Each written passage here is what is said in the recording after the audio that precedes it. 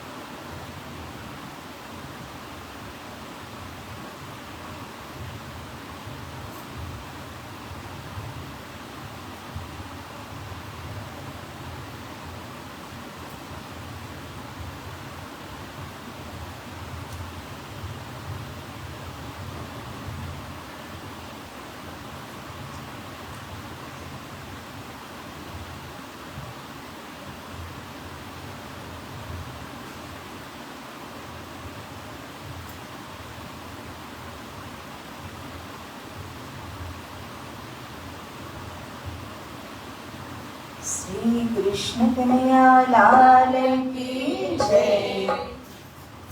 वंदना मैं कर रही श्री राज की. वंदना मैं कर रही श्री राज की. वंदना मैं कर राज की. वंदना में कर रहे थे राज की. सच्चिदानंद ज्ञान के आधार की. सच्चिदानंद राज की. वंदना में कर रहे थे राज की.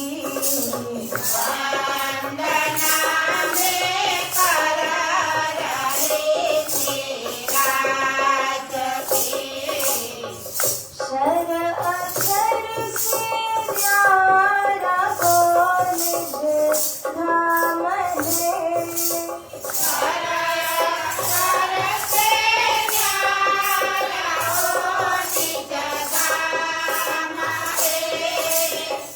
अक्षर को भी सुधा नहीं उस धाम की. अक्षर को भी सुधा नहीं उस धाम की. वंदना में कर रही श्री राज की.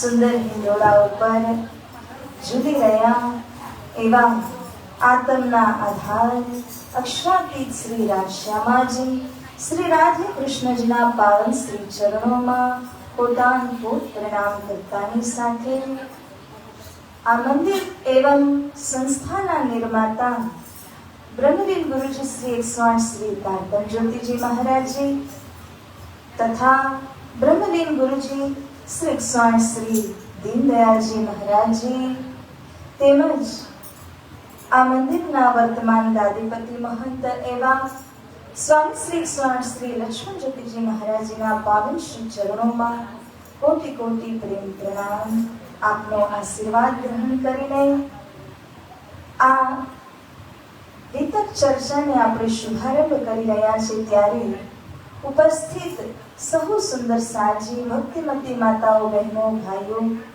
તથા ઓનલાઈન માધ્યમોથી શ્રવણ કરી રહ્યા સર્વ સુંદર સાજી મંદિરના પૂજારી મહારાજી તેમજ સર્વ સ્ટાફ સર્વ સુંદર સાધને રચિતા સખીના કોટી કોટી પ્રેમ પ્રણામ.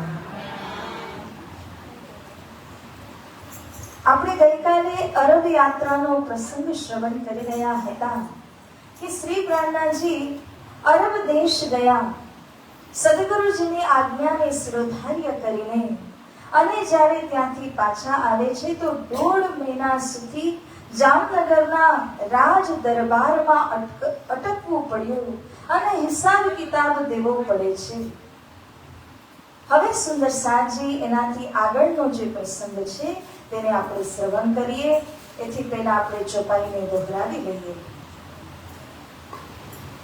यहाँ से तीर फेर के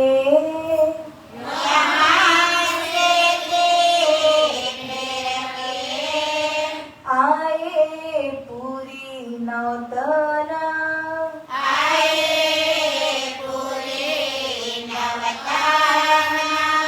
चुगली बाल बाई करे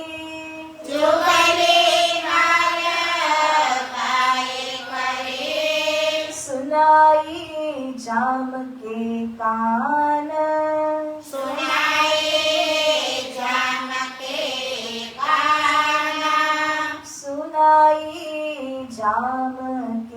कान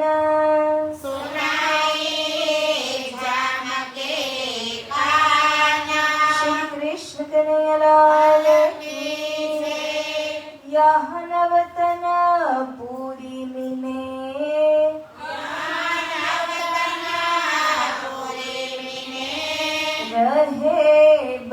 વરસદોય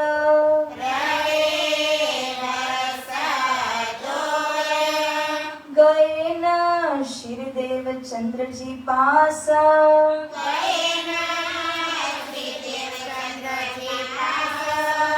હરખ મિલને કો બડો હોય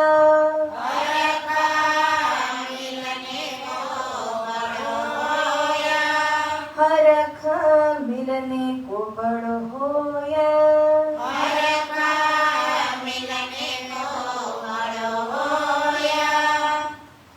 પ્યારા સુંદર સાંજી જ્યારે અરબ યાત્રા પૂર્ણ કરીને શ્રી મહારાજ પાછા આવી ગયા છે જામનગરમાં. સૌથી પહેલા તો જ્યારે રાજ દરબારમાંથી નીકળ્યા સદગુરુજીના શ્રી ચરણોમાં જઈને પગે લાગુ પ્રણામ કરવા ભાવ લઈને શ્રી મહારાજજી પહોંચી ગયા. ધની શ્રી દેવચંદ્રજીના પગે લાગે છે, પ્રણામ કરે છે. પરંતુ બાલભાઈએ જે પ્રણ લીધો, પ્રતિજ્ઞા કરી લીધી છે કે શ્રી મહારાજને દેવચંદ્રજી પ્રણામ સુદ્ધા ન કરે. એટલા માટે બંધનમાં આવી અને સદગુરુ મહારાજીએ વિચાર કર્યો કે જેવો તુચ્છ વિચાર બાલબાઈના દિલમાં આવ્યો છે, શ્રી મહારાજ ક્યારે એવું વિચારી પણ નહીં શકે કે મારા સદગુરુજીને માનહાનિ થાય કે મારા સદગુરુજી ઉપર કોઈ દિવસ કોઈ આળ આવે. હું અગર શ્રી મહારાજને પ્રણામ ન કરું તો પણ મહારાજ કંઈ ગલત વિચારશે નહીં, એટલો વિશ્વાસ સદગુરુજીને શ્રી મહારાજના માટે અંતર હૃદયથી હતો. માટે સદગુરુજીએ વિચાર્યું કે અત્યારનો જે સમય છે એ સમયને જોતા તો બાલબાઈ જેના મનમાં એવું ભરાવવામાં આવ્યું છે કે મારા ભત્રીજાની મોત શ્રી મહારાજના હાથે થઈ, ત્યારે બાલબાઈને શાંત કરવા માટે પણ શ્રી સદગુરુજી શ્રી મહારાજની સાથે બોલતા નથી. અને શ્રી મહારાજ જ્યારે ઘણા સમય સુધી ત્યાં બેઠા જ રહ્યા તો બીજા જે સુંદર સાથ હતા એ એકબીજાની અંદરો અંદર વાતો કરવા લાગ્યા. જો મહારાજ આવ્યા છે, જો એમણે શું કર્યું. તો જ્યારે આવી રીતનો માહોલ જોયો તો શ્રી મહારાજને લાગ્યું કે જરૂર કોઈ ગંભીર સમસ્યા છે, પરંતુ આનો નિવેડો લાવવાની જરૂરત છે. અને નિવેડો લાવવા માટે તો બંને પક્ષને સાંભળવા પડે, તો જ આ વાતનો નિર્ણય થઈ શકે. પરંતુ સદગુરુજીએ મોઢું ફેરવ્યું તો શ્રી મહારાજને પણ લાગી આવ્યું કે શા માટે મારા ધણીએ મોઢું ફેરવ્યું, તે શું મને નથી જાણતા કે હું કોઈ ગલત કાર્ય કરી નથી શકતો. એમનો વિશ્વાસ બરકરાર રહે એના માટે બે વાર મેં જાનની બાજી લગાવી અરબ દેશમાં, અને કેટલી કઠિનાઈનો સામનો કર્યો એ તો જુદું. માટે શ્રી મહારાજને લાગી આવ્યું કે કેમ મારા ધણીએ મોઢું ફેરવ્યું, જ્યાં સુધી મને 9 વખત નહીં બોલાવે ત્યાં સુધી હું પાછો નહીં આવું. 9 જ વખત કેમ, 10 નહીં ને 8 નહીં. જે માયા છે ને, માયાથી શરીર બન્યું છે, માયાથી સંસાર બન્યું છે, અને આત્મા એની અંદર છે. શરીરના 9 ગુણ છે, સંસાર બ્રહ્માંડના 9 ગુણ છે, એવી રીતે આત્માના પણ 9 ગુણ છે. હવે શરીરના 9 ગુણને પરાસ્ત કરવાના છે અને આત્માના 9 ગુણમાં આપણે બધાએ પહોંચવાનું છે. શ્રી મહારાજ વિચારે છે કે જ્યાં સુધી ધામધની સદગુરુ સ્વરૂપ મને આ શરીર કે બ્રહ્માંડના 9 ગુણને પાછળ રાખીને નહીં બોલાવે ને ત્યાં સુધી હું ફરી નહીં આવું. પ્રણ કર્યો મનમાં અને અહીંથી પોતાના ઘરે મેઢીમાં પહોંચ્યા. આ માયા જુઓ, સ્વામી શ્રી લાલદાસજી મહારાજ મહામતીની છાપ લઈને આપણે આ વિતક ગ્રંથ સરસ મજાનો પીરસી રહ્યા છે, જે રસદાર વાણીથી પૂર્ણ છે. એક પ્રસંગની અંદર કેટલો સાર छिपाયેલો છે.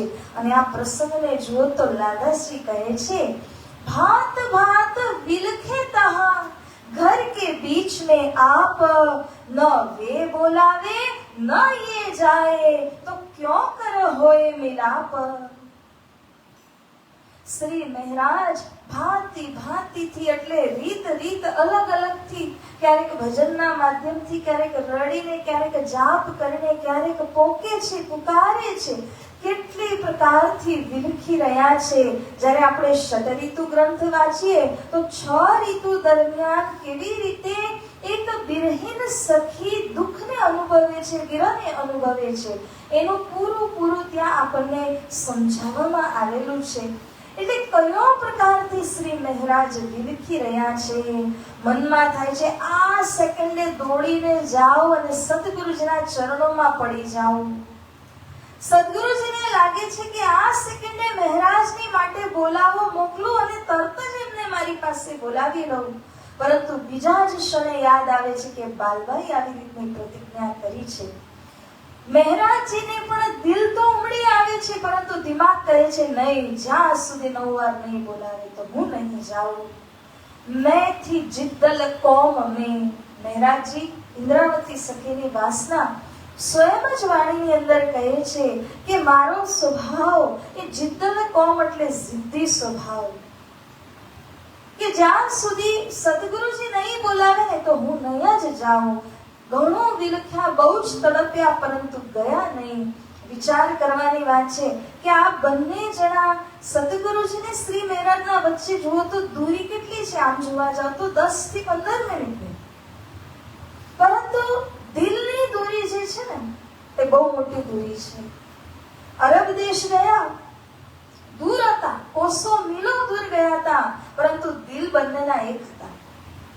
એ દૂરીને દૂરી ના કહી શકાય, પરંતુ ખરેખર જે દૂરી છે એ અત્યારે છે. કારણ કે એક જ પુરીમાં આપણ બેઠા, આ 6 ઋતુમાં આવે છે, એક જ પુરીમાં આપણ બેઠા અને મુને કીધી પરદેશ. તેમ છતાં મને તમે એવો અનુભવ અપાવ્યો કે હું પરદેશમાં બેઠી છું. વ્રહ તણી જે વાતો મારા વાલા હું તમને આવી કહીશ. આ વિરહ જે મેં અનુભવ્યું છે ને એની વાતો તો હું જ્યારે તમને સામે મળીશ ત્યારે હું તમને કરીશ કે કેટલું વિરહ મેં અનુભવ્યું. તો આવી રીતના સુંદર સાજી સ્વામી શ્રી લાલદાસજી મહારાજ કહી રહ્યા છે, દેખો જોર યે માયા કો. ધની પાસે શું માંગ્યું આપણે? 100 પેર દેખો અજમાય કે મોમિન ભૂલે ના કબ. માયા દેખાડો, ધની માયા દેખાડો. તો માંગી હતી માયા અને ધનીએ દેખાડી. અને અહીંયા એ જ સંદર્ભમાં કહે છે કે માયાનો જોર જોવો ને તો આ પ્રસંગમાં જોઈ શકો છો. એક 10 મિનિટની દૂરી પર આવા બંને સ્વરૂપ જ્યારે વિરાજમાન છે અને તેમ છતાં માયા આટલો મોટો પડદો બંનેના વચ્ચે લાવી શકે છે, તો માયાનું જોર કેટલું એ વિચારવાની વાત છે. આપણને કોણ દેખાડી રહ્યું છે કે માયાનો જોર કેટલું છે? તો કહે છે દિખાવે ધણી ધામ. ધામના ધની આપણને સ્વયં જ બતાવી રહ્યા છે કે જુઓ સખ્યો, તમે ધામમાં કહેતા હતા ને માયા દેખાડો, માયા દેખાડો. જોઈ લો, આને કહે છે માયા. હલકી આંખો જિંદગીનો. આને તમે હલકી નહીં સમજો, સાધારણ કે મામૂલી નહીં સમજો. યા કે રંગ में बहो न इस ठाम. ને માયાનો જે રંગ છે ને એ ભયાનક છે. જ્યારે માયાનો રંગ ચડી જાય ને તો ધામની ગમે એટલી વાતો કાનોમાં પડે છતાં કોઈ અસર જ નથી. એનું કારણ છે હૃદય કેવું બની જાય? વાણી પ્રૂફ બની જાય. તમે વોટરપ્રૂફ ઘડિયાળ જોઈ હશે, અને પાણીમાં નાખો ને તો એ કાંઈ નહીં થાય, પાણી અંદર પ્રવેશી ના શકે. હૃદય કેવું બન્યું? વાણી પ્રૂફ બન્યું. તમે ગમે એટલું એને વાણીમાં નાખ્યા કરો, પરંતુ વાણી એને સ્પર્શી જ ન શકે. એટલે એવા હૃદય આપણા માયાએ શૂન્ય બનાવી દીધા છે. શુદ્ધ શાન નથી રહી. અને આ સમયે જ્યારે શ્રી મહારાજ મેળી એટલે પોતાના ઘરમાં બેસીને એકાંતમાં વિરહ કરી રહ્યા હતા, તે સમયે જ્યારે આપણને કંઈક ચીરો પડ્યો હોય કે જખમ થયું હોય અને એના ઉપરથી મીઠું મરચું કોઈ નાખી દે તો કેવી બળતરા થાય. એ જ કામ ભાભીએ કર્યું. જે શામલિયા ઠાકુરના પત્ની હતા, એમણે મેણો મારીને એવું કીધું, खड़ग काढ़ी थी जिनके काजा तिनको भूले सकल समाजा। શ્રી મહારાજ આપે જે ભાઈના માટે ખડગ એટલે તલવાર ઉઠાવી હતી કે સદગુરુજીના ખિલાફમાં તો શા માટે બોલે છે એવું કહેવા માટે તમે તલવાર ઉઠાવી હતી। આજે એ જ ભાઈનું કમાવેલું ધન તમે ખાઈ રહ્યા છો, તમારી પાછળ તમારા ઘરના લોકો પણ છે તે પણ ખાઈ રહ્યા છે। અત્યારે તમને કશું યાદ નથી આવતું કોનો અનાજ ખાઈ રહ્યા છો? જ્યારે આવી રીતે મેણો મારે છે તો શ્રી મહારાજને અતિશય દુઃખ લાગ્યું અને એવો અનુભવ થયો કે કાયપામાં કોઈએ મીઠું મરચું નાખ્યું હોય, દાયજા ઉપર ડામ આપ્યું હોય।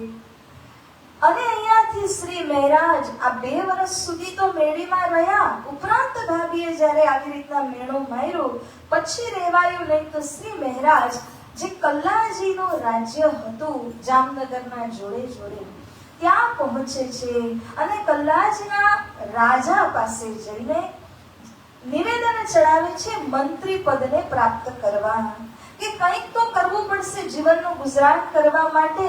વીરા કરતા કરતા આવી રીતે સમય તો પ્રસાર નહીં થઈ શકે।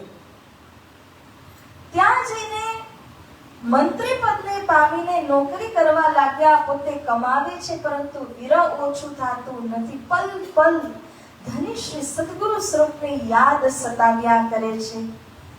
મોસો અબ દુનિયા કા હોય નહીં વ્યવહાર, એક દિન એકાંત में સેવો ધણી નિરધાર। કલ્લાજીને જઈ જે રાજા હતા એમને જઈને કહ્યું શ્રી મહારાજે એક દિવસ કે હે રાજા, હવે મારાથી છે ને આ બધું લૌકિક વ્યવહાર થઈ નથી શકતો કારણ કે મને અતિશય ભારે પડી રહ્યું છે। હું એક વિરક્ત વ્યક્તિ છું અને ધામ ધણીની કૃપા મારા ઉપર છે, એટલા માટે આ લૌકિક કામ વ્યવહારની અંદર ઉલઝનમાં ફસાઈને રહેવું એ મને યથાયોગ્ય નથી લાગતું। તમે કૃપાએ કોઈને ગોતો અને એને આ મંત્રી પદ આપો, મને રજા આપો। મારે જઈને મારા સદગુરુજીની સેવા કરવી છે। ક્યારે હૃદય એવું ભરાઈ જાય ને, એવું ભારે થઈ જાય ને કે આપણે રહી જ ન શકીએ। શ્રી મહારાજે જ્યારે કહ્યું તબ કલ્લાજીને કયા જવાબ આપ્યો રાજાએ?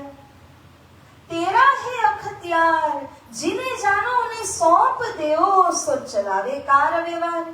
हे महाराज, આ ઉત્તરદાયિત્વ મેં તમને સોંપ્યું છે માટે તમે આ કાર્ય ગમે તેને સોંપી શકો છો। તમને કોઈ એવું યોગ્ય માણસ મળી જાય કે આ બધી જિમ્મેદારીને વહન કરી શકે તો તમે એને આપો ને છૂટા થઈ જાઓ, મને કઈ વાંધો નથી, પરંતુ તમારે ગોતવું પડશે, હું નહીં ગોતું। એમ કરીને કલ્લાજીએ શ્રી મહારાજના ઉપર જ જિમ્મેદારી નાખી। ઇન સમય, હવે સમય જે થઈ રહ્યો છે ને 2 વર્ષ મેળીમાં અને અહીંયા કલ્લાજીના રાજ્યમાં 2 વર્ષ સુધી તડપ્યા છે શ્રી મહારાજ, એટલે કે અરબથી આવ્યા બાદ 4 વર્ષ થઈ ગયા। અરબથી આવ્યા 1708 માં, 4 વર્ષ થયા, 1712 વિક્રમ સંવત આવ્યું। इन समय श्री देवचंद्र जी की फिरी सुरता निज धाम, बुलाए वो श्री महाराज को मेरे हजूर इस ठाम। श्री देवचंद्रजी महाराजની સુરતા હવે શ્રી પરમધામ તરફ લાગી અને શ્રી દેવચંદ્રજી જાણે છે કે હવે મારા હાથમાં વધારે સમય નથી, માટે શ્રી મહારાજની સાથે સંધિ કરવાનો સમય આવી ગયો છે। આમ પણ 4 વર્ષ તો થઈ ગયા, બિલકુલ એક શબ્દમાં બોલચાલ નથી। તો સદગુરુ મહારાજ વિચારે છે અને એમના જોડે જે કોઈ એમના હજુરી આદિ હતા, માનો કે એમના પુત્ર બિહારીજી હોય, એવી રીતે હીરબાઈના દીકરી જશોદા હતા, એવા કોઈ કોઈ જે બહુ જ ઘનિષ્ઠ પણ હતા શ્રી દેવચંદ્રજીના સાથે। તો દેવચંદ્રજી મહારાજ એમને કહે છે કે બોલાય લાવો શ્રી મહારાજ, મારી પાસે શ્રી મહારાજને બોલાવીને લઈ આવો, કારણ કે હવે પરમધામ જવાનો મારો સમય આવી ચૂક્યો છે, પરંતુ મહારાજને મળ્યા સિવાય હું અહીંયાથી જઈ શકતો નથી। જેમ જ શ્રી દેવચંદ્રજીએ કહ્યું ને, તો જેમને કહ્યું છે એ વાતમાં હામાં હા મિલાવે, પરંતુ અહીંથી જાય ને મહારાજ પાસે। શ્રી દેવચંદ્રજીને પણ હાય હા કરે, પરંતુ ત્યાં જઈને સંદેશ ન પહોંચાડે। એવી રીતે કરતા કરતા પણ શ્રી દેવચંદ્રજી જેને કહેતા તો માનવાનગર કોઈ જઈને મહારાજને મળે પણ ક્યારે તો પૂરી વાત રજૂઆત ન કરે કે દેવચંદ્રજી તમને બોલાવી જ રહ્યા છે એવું નથી કહેતા. ફક્ત જઈને મળે, હાલ ખબર પૂછે, વાતો કરે ને આવી જાય. અને અહીંયા સદગુરુ પૂછે તો કહે કે અમે તો સંદેશ આપીને આવ્યા છે. આવી રીતે કરતા કરતા ઘણી વખત શ્રી દેવચંદ્રજી કોઈના કોઈને મોકલે છે. એક વાર તો એમણે કોઈ જેને પણ મોકલી રહ્યા હતા એને કહ્યું કે એ શ્રી મહારાજને બોલાવીને લાવો જો કહેતે શયન કો સિંધ की ભાષામાં, પોતાના માતૃભાષામાં. સિંધી એટલે કે શ્રી મહારાજજીની માતૃભાષા છે. એવી સિંધી ભાષાની અંદર મારા ગુણગાન ગાઈ અને શ્રી મહારાજ બધા સુંદર સાથને સમજાવતા હતા કે ધની સતગુરુજીના ગુણ આવી રીતના છે. તો જ્યારે શ્રી મહારાજજીના વિષયમાં સદગુરુજીને કહેવાનું થયું તો કહે છે કે સિંધી ભાષામાં મારા વખાણ કરવા વાળા મહારાજને બોલાવીને લઈ આવો. આવી રીતના જ્યારે કોઈને મોકલ્યા તે ગયા, પરંતુ ત્યાં જઈને પણ સંદેશ આપતા નથી. હવે અતિશય થયું, 1 2 3 4 8 વાર મોકલ્યા, પણ અહીંયાની વાત ત્યાં જતી નથી. બિહારીજીને મોકલ્યા તો એમણે જઈને કહ્યું કે પિતાજીની તબિયત થોડીક ખરાબ છે, શરદી ખાંસી તો બધાને થતી હોય, તો કહે છે કે અમર કસ્તુરી નામની એક દવા જોઈએ છે. તરત જ શ્રી મહારાજે રાજ્યમાંથી ગોતી અને કાઢીને એમને આપી દીધી. બિહારીજી લઈને પણ આવ્યા, પરંતુ હજી મહારાજને કોઈ સંદેશ દેતા નથી. અને તે સમયે હવે આ 9મી વાર આવી.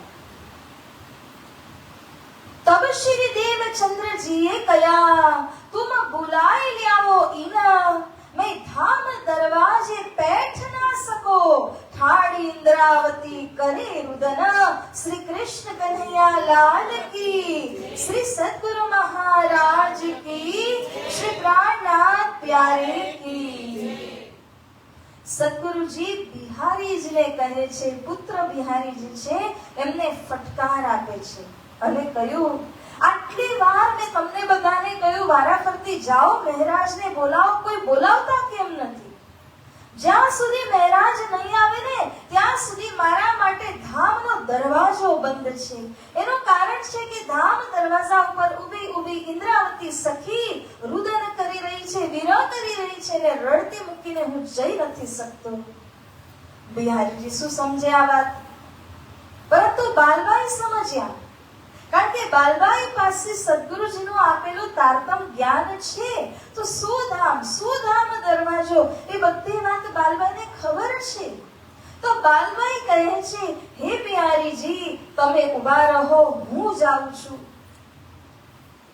બાલબાઈને હવે ખબર પડી અત્યાર સુધી શું હતું કે સતગુરુજી અહીંથી ધામ વયા જાય અને મહારાજ ત્યાં તડપતા રહી જાય, એ ભાવના લઈને વચ્ચેના જે આ બધા લોકો હતા એ બંનેને મળવા દેવા નહોતા માંગતા કે અંતિમ મિલાપ જ ન થાય.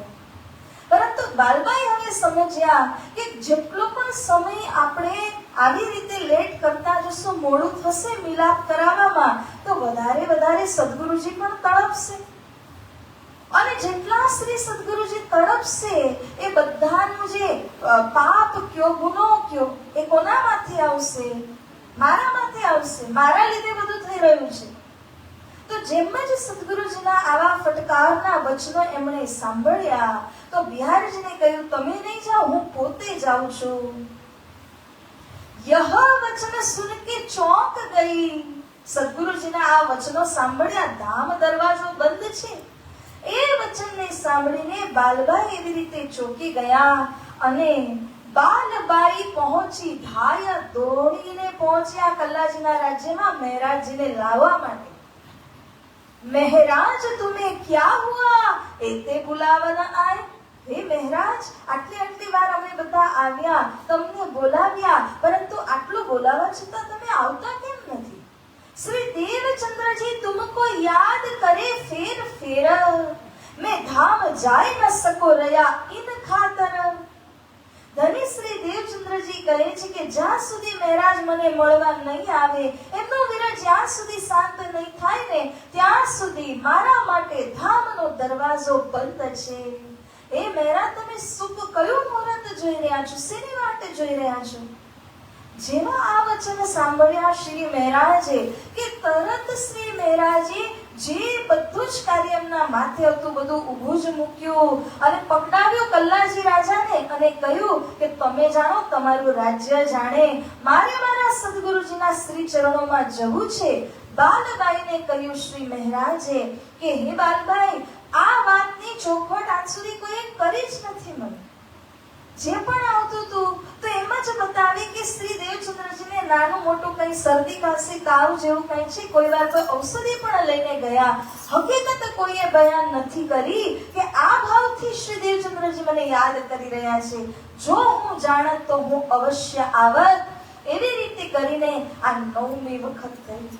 પ્રણ પૂરું થયું અને શ્રી મહારાજ તરત જ બધું છોડી અને હવે અહીંયાથી રવાના થયા. અને જ્યારે પહોંચ્યા એ દિવસ પણ શ્રાવણ વદી અષ્ટમી, જેને આપણે જન્માષ્ટમી તરીકે ઓળખીએ છીએ. આ દિવસ ઉપર શ્રી દેવચંદ્રજીના ચરણોમાં મહારાજ પહોંચે છે. કેટલા વર્ષો પછી? 8 મહિના સુધી, 2 વર્ષ ઉપરાંત 8 મહિના હજી કલ્લાજીના રાજ્યમાં રહેવું પડ્યું હતું શ્રી મહારાજજીને. એટલે કે 2 વર્ષ મેળીના ગણો, 2 વર્ષ અને 8 મહિના કલ્લાજીના રાજ્યના ગણો તો 4 વર્ષ 8 મહિના ઈ. એનાથી પહેલા એકવાર વચ્ચે મુલાકાત થઈ અરબ દેશથી આવીને, અને કુલ આમ જોવા જાવ વિયોગ તો 5 વર્ષ ઓલા પણ ઉમેરો તો કેટલા વર્ષ થયા? આટલા સમયથી શ્રી દેવચંદ્રજીથી બિલકુલ દૂરી બની ગઈ છે. અને શ્રી દેવચંદ્રજી મહારાજે જ્યારે યાદ કર્યા તો એક જ વારમાં શ્રી મહારાજે બાલબાઈના વચનો હકીકત સાંભળી તરત બધું ઊભું મૂકીને પહોંચી ગયા. અને શ્રી દેવચંદ્રજી ઢોળિયાના ઉપરમાં વિરાજમાન છે. સૂતા છે કારણ કે શરીર અશક્ત બની ચૂક્યું છે, શિકિસ્ત દશામાં છે, એટલા બીમાર અને એવી રીતે છે કે શરીર ક્યારે છૂટી જશે. હવે જે પણ એ દિવસ ત્યોહારનો છે, કોઈ પણ આવે, સદગુરુજીના મનમાં એક જ છે, મહારાજ આવ્યા, ઇન્દ્રાવતી સખી આવી. તો જે કોઈ આવે છે ને એને પૂછે છે કોણ આવ્યું? શ્રી મહારાજ. કોણ આવ્યું? શ્રી ઇન્દ્રાવતી. તો જે આવનાર હોય એ કહે છે ના ના, હું તો ફલાના છું. એમ કરતા કરતા ખરેખર જ જ્યારે શ્રી મહારાજ આવ્યા તો આવી અને પગે લાગે છે. સદગુરુજીનો પ્રશ્ન, કોણ આવ્યું? શ્રી મહારાજ. હા સદગુરુ, શ્રી મહારાજ. જેમ જ આ નામ સાંભળ્યું, લેટ્યા હતા એમાંથી બેઠા થઈ ગયા અને બેઠા થઈ અને વાતો કરવા લાગ્યા કે હે મહારાજ, અબ તો ભલા ભયા, तुम आए जो इत मोको अति सुख उपज्या, अब मैं हुक्म करत श्री कृष्ण कन्हैया लाल की, श्री सद्गुरु महाराज की, श्री प्राणनाथ प्यारे की जयकारे में दम नहीं. कृष्ण कन्हैया लाल की.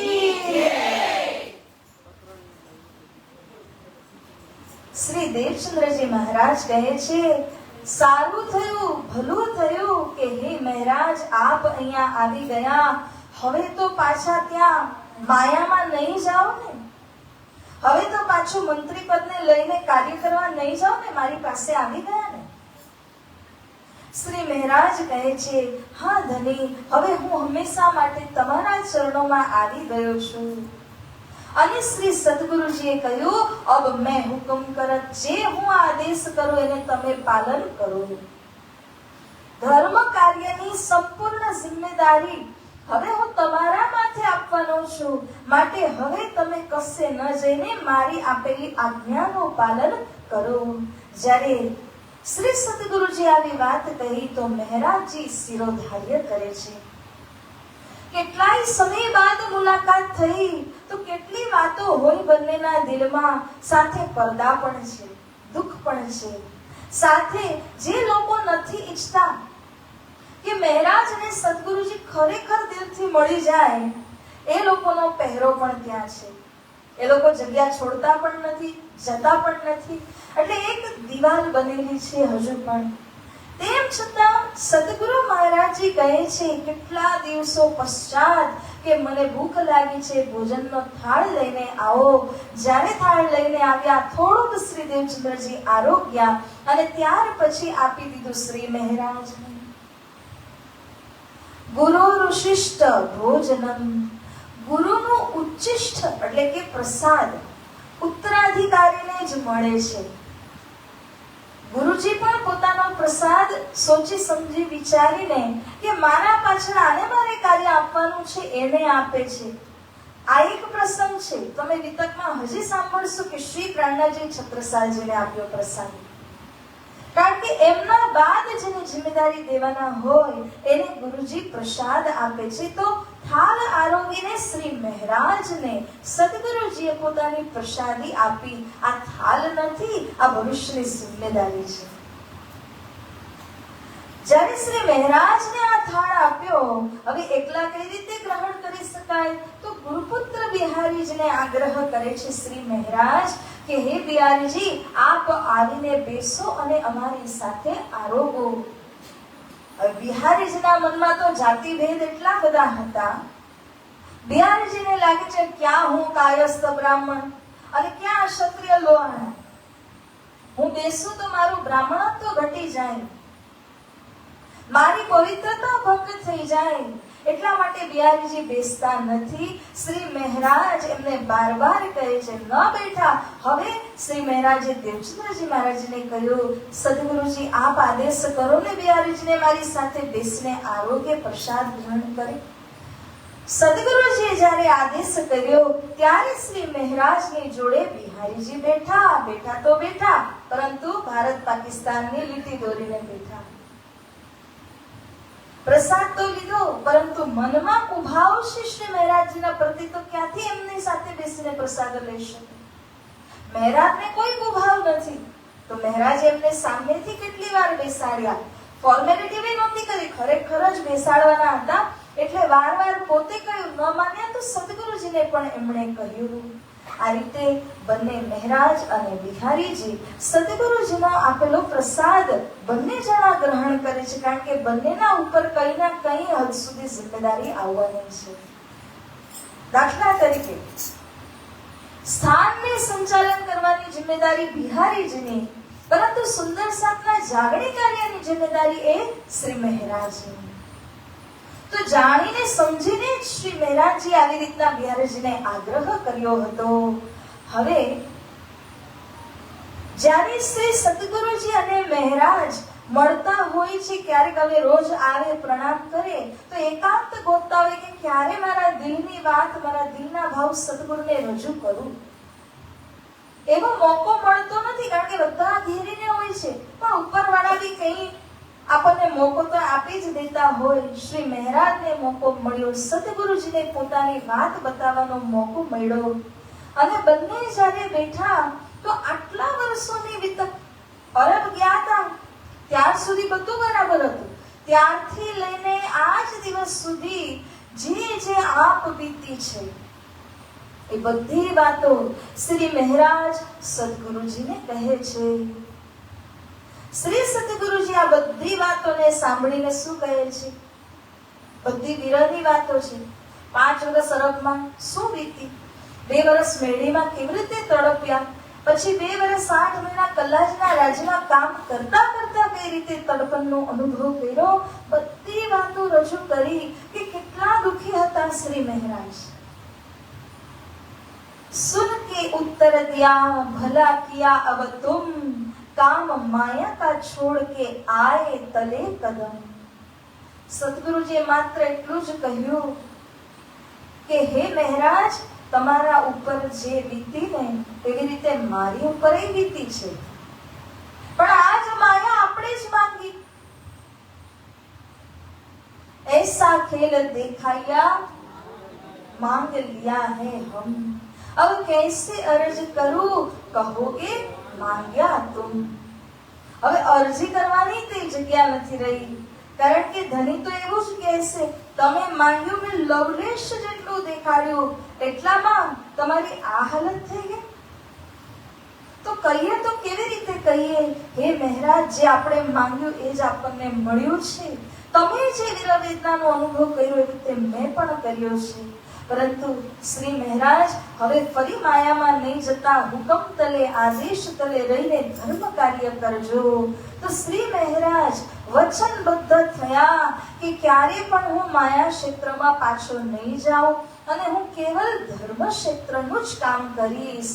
આ વચન બહુ મોટું વચન છે સદગુરુજીને આપેલું. જ્યારે મહારાજ આવી રીતે વચનબદ્ધ થાય છે ત્યારે જ તો શ્રી સદગુરુ ભવિષ્યની જિમ્મેદારી અમને આપે છે. જિમ્મેદારી શું આપી?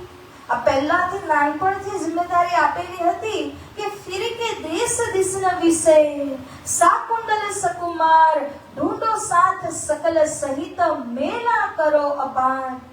સદગુરુજીએ શ્રી મહારાજને કહ્યું હતું કે બે સખીઓ વિશિષ્ટ છે, સાકુંડલ સકુમાર, આ બંનેને તો ગોતવાની જ છે. સાથે મેલા કરો અપાર, 12,000 સખીઓ બ્રહ્મ સૃષ્ટિઓ, 24,000 ઈશ્વરી. અક્ષરધામથી આવેલી આ 36,000 ને વાસનાઓ કહે છે, એટલે કે જે સંસારના નથી, પરમધામ અને અક્ષરધામથી અહીંયા પ્રગટ્યા છે.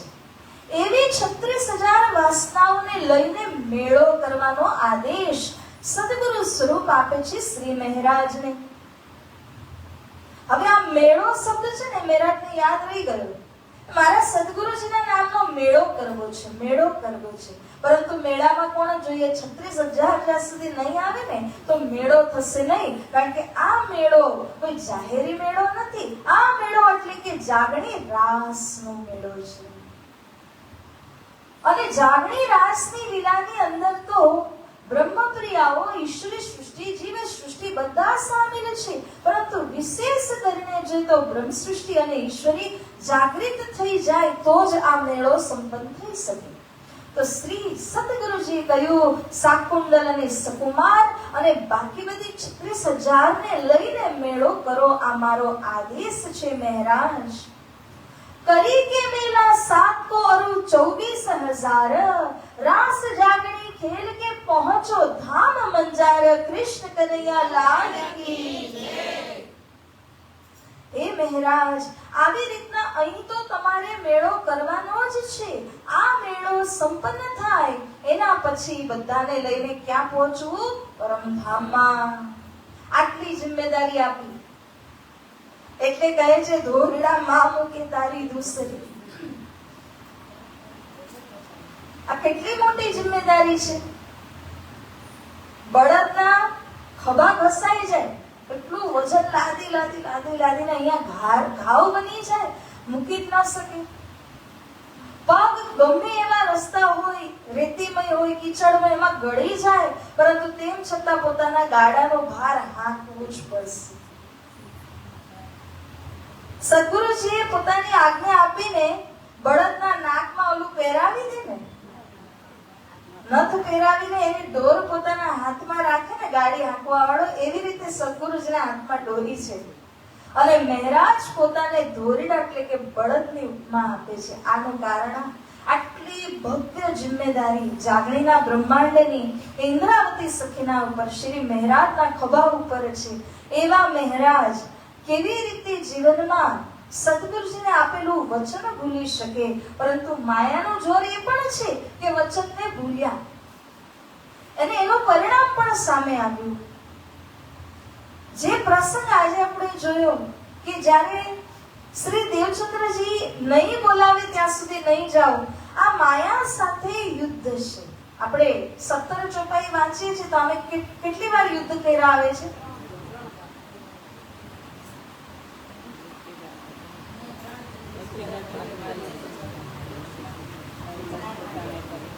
3 કે 4 કે 5 કુલ યુદ્ધ 4 છે. 3 માં તો જીત્યા.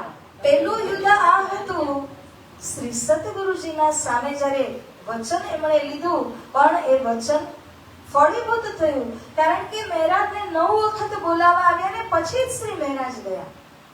જાણતા અજાણતા ભલે, પરંતુ 9 વાર બોલાવો આવ્યો તો પહેલી વાર માયા સાથે જે યુદ્ધ હતું એમાં જીતી ગયા શ્રી મહેરાજ. અને સદગુરુજીના સાથે જે સંગમ થવાનું હતું શરીર છોડતા પહેલા એ પણ થયું. દિલની વાતો રજૂ કરવાની હતી એ પણ થઈ. ભલે ગમે એટલા પ્રયાસો કર્યા બંનેને ન મળે એના માટે, મિલાપને અટકાવવાની પૂરી કોશિશ કરી, છતાં પણ માયા સામે મહેરાજની વિજય થઈ. હવે આવી રીતના પહેલા યુદ્ધમાં વિજય થયા, પરંતુ સમય એ આવ્યો કે સતગુરુ મહારાજની સુરતા નિજધામ તરફ તો વળી ચૂકી હતી. અને હવે જ્યારે પૂરી જિમ્મેદારી આપી દીધી, જોયું કે શ્રી મહેરાજ તૈયાર થઈ ચૂક્યા છે આ જિમ્મેદારીને વહન કરવા માટે, ત્યારે સતગુરુ મહારાજજી વિચારે છે કે હવે તન છોડવાનો સમય આવી પહોંચ્યો છે. ઇન સમયે યહ દિન 22 લોગ રહે સાથ મિલે. 22 દિવસ, આપણે કૃષ્ણ જન્માષ્ટમી થી લઈને તમે ગણો ને તો સદગુરુ મહારાજનો જે ધામગમન તિથિ આવે છે એમાં 22 દિવસનો અંતર છે. તો બંને સ્વરૂપનો મિલાપ 22 દિવસ સુધી રહ્યો. અને ત્યાર પછી શ્રી દેવચંદ્રજી મહારાજે પોતાનું તન પરિત્યાગ કર્યું. વિતરકાર કહે છે, ફેર નજર કરી ધામ કો. શ્રી સદગુરુએ ત્યારબાદ પરમધામ તરફ દૃષ્ટિ નાખી અને સાથ છોડે ઇન સમય, સુંદર સાથને છોડ્યા. શ્રી સદગુરુનું જે તન હતું, જામા કહેવાય એને. તનને શું કહે છે? જામા. પહેલો જામો સદગુરુ શ્રી દેવચંદ્રજી, પરંતુ સદગુરુ મહારાજ છોડીને ગયા એટલે કે ગયા જ નથી, શ્રી મહારાજના અંદર પ્રવેશ થયા છે. તો બીજા જામામાં બેઠા, વિરાજમાન થઈને એ જ કાર્ય એમણે શરૂ કર્યું. આવી રીતે સુંદર સાતના વચ્ચેથી અંતર ધ્યાન થયા. એટલા માટે આ લીલાને શું કે અંતર ધ્યાન કહેવામાં આવે છે. અંતર ધ્યાન થવું એટલે કે સતગુરુના તનને કે જામાને છોડીને શ્રી મહારાજના હૃદયમાં બેસીને એ બીજા જામામાંથી જ્યારે સદગુરુજી લીલા કરે છે ને તો એ બીજા જામાની લીલા કહેવાય, અને પહેલા જામામાંથી અંતર ધ્યાન થયા કહેવાય. આમાં પણ સદગુરુજીએ જોયું કે શ્રી મહારાજની સામે અગર હું ધામ જાઉં, તન છોડું, તો શ્રી મહારાજ સહન નહીં કરી શકે, કારણ કે પ્રેમ એટલું બધું છે. બંને સ્વરૂપના વચ્ચે જે અંતરાય થઈ 9 વર્ષની, એના પછી તો હજી પણ દિલ જે છે ને એ સમીપ થઈ ગયા, નિકટ થઈ ગયા. સદગુરુજીનો વિશ્વાસ મહારાજમાં વધી ગયો અને શ્રી મહારાજનો વિશ્વાસ સદગુરુજીમાં વધી ગયો. શ્રી મહારાજે શું જોયું કે મેં તો મનમાં લીધું 9 વાર નહીં બોલાવે તો નહીં જાઉં, પણ સદગુરુએ શું વિચારીને મોઢું ફેરવેલું કે અગર બાલબાઈ આવું તુચ્છ વિચારી શકે છે પણ મહારાજ નથી વિચારી શકતા, ત્યારે એમણે મોઢું ફેરવેલું હતું. તો સદગુરુજીનો આટલો અપરંપાર વિશ્વાસ છે મારા માથે, ત્યારે મને ધર્મ કાર્ય સોંપી રહ્યા છે પોતાના, પછી તો કેટલો વિશ્વાસ છે. હવે બંનેના દિલ તો હજી ઘનિષ્ઠ થઈ ચૂક્યા, મજબૂત થઈ ચૂક્યા છે એકબીજાના પ્રતિ. અને આવા સમયમાં અગર સદગુરુજી તન છોડે ને મહારાજ સામે હોય તો મહારાજ આ વાતને, આ દ્રશ્યને જોઈ ન શકે, વીરાને ખમી ન શકે. તો શ્રી દેવચંદ્રજી મહારાજે શ્રી મહારાજને બોલાવીને કહ્યું, આજે 22 દિવસ થઈ રહ્યા છે મહારાજ, તમે આવ્યા છો ત્યારથી ઘરે નથી ગયા. ઘરના લોકો યાદ કરતા હશે, તમે જાઓ, આવતીકાલે સવારે આવી જજો, એક રાત તો જઈ આવો. હવે શ્રી મહારાજ મનમાં વિચારે છે, શ્રી દેવચંદ્રજીની તબિયત ઉતરી રહી છે. પરમ દિવસથી ગઈકાલથી આજ હું જોઉં છું કે સદગુરુજીની તબિયત ઉતરી રહી છે, પરંતુ સદગુરુજી મને જવાનો આદેશ આપે છે અને કહે છે કે મારી તબિયત થોડી સુધારા ઉપર છે, એવું તો લાગતું નથી. પણ આજ્ઞા છે તો આજ્ઞાને ઠુકરાવી શકાય એવું પણ નથી. તો શ્રી મહારાજ માને કે ન માને પણ સદગુરુની આજ્ઞાને તો શિરોધાર્ય કરવી જ પડે, એટલા માટે માનીને ભેળી ગયા. રાત્રે સમય ગયા, સવારે વહેલી સવારે તો આવી જવાનું હતું. અને એટલામાં અહીંયા શ્રી દેવચંદ્રજી મહારાજે સમય જોયો કે મહારાજ નથી. 22 लो, रहे साथ के माहे, कूच करियो घर को गए, हृदय धाम के माहे। श्री सतगुरु महाराज की, श्री प्राणनाथ प्यारे की, कृष्ण कन्हैया लाल की। શ્રી સદગુરુજીએ જોયું કે આ સમય ઉપયુક્ત છે, મહારાજ સામે નથી, ત્યાં જ હું હૃદય ધામ કે માહે બેસવાનું ક્યાં હતું? હૃદય ધામમાં. એ જ એમનું ધામ જે કહી રહ્યા હતા ને કે હું ધામ દરવાજામાં પ્રવેશી નથી શકતો. એ વાસ્તવમાં ઇન્દ્રિયવતી સખીનું દિલરૂપી ધામ જ છે. વિરહ હતો ત્યાં સુધી અંદર પ્રવેશ નહોતા થઈ શકતા. મળ્યા, મિલાપ થયો, શાંત કર્યા શ્રી મહારાજને, ત્યાર પછી એમના દિલમાં જવાનો રસ્તો ખુલી ગયો, ધામ દરવાજો ખુલી ગયો. શ્રી સતગુરુજીએ આ સમયને જોઈ અને સીધા જ શ્રી મહારાજમાં પ્રવેશ થયા અને અહીંનું જે પંચતત્વનું શરીર હતું, જેના માધ્યમથી 74 વર્ષ સુધી શ્રી સદગુરુ સ્વરૂપે ઇહ લીલા એટલે સાંસારિક લીલા કરી એને પરિત્યાગ કરે છે સદગુરુ શ્રી દેવચંદ્રજી મહારાજ. આ સમય સંવત 1712 भादो मास उजाला पख, चतुर्दशी बुधवार को हुए धणी अलख. अलख એટલે દૃષ્ટિની સામેથી અંતર ધ્યાન થયા. શ્રી દેવચંદ્રજી મહારાજ વિક્રમ સંવત 1712 ભાદો માસ સુદ, ઉજાલા એટલે કે સુદ છે, શુક્લ પક્ષ, અને શુક્લ પક્ષમાં ચતુર્દશી અને બુધવાર, પ્રાગટ્યમાં પણ ચતુર્દશી ને બુધવાર જ છે.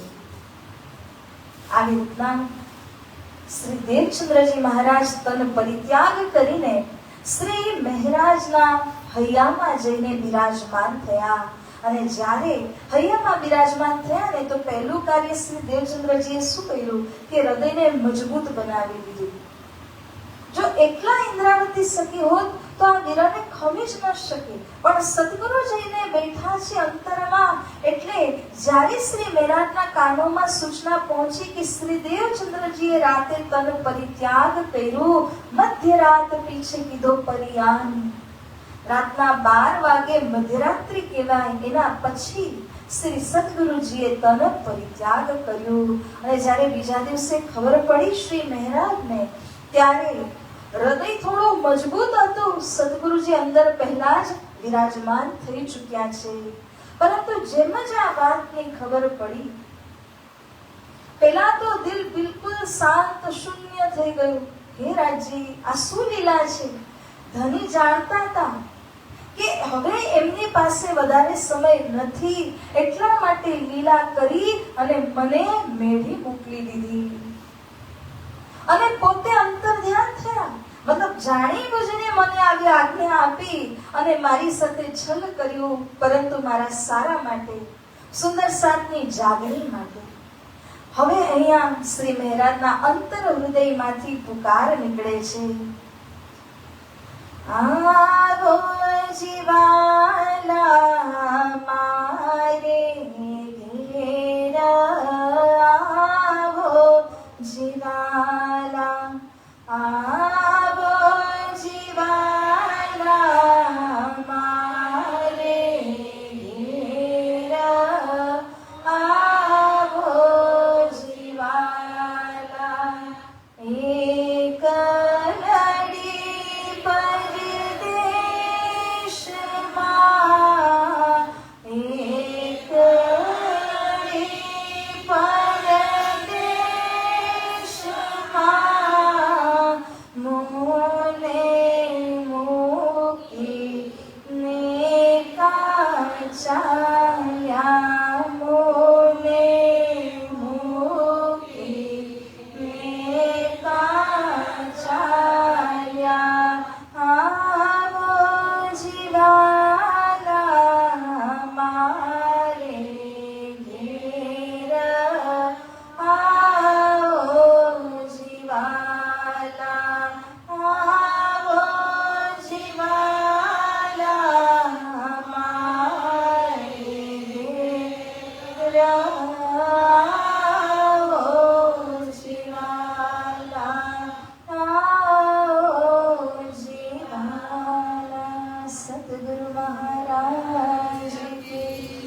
કૃષ્ણ કનૈયાલાલ કી જય.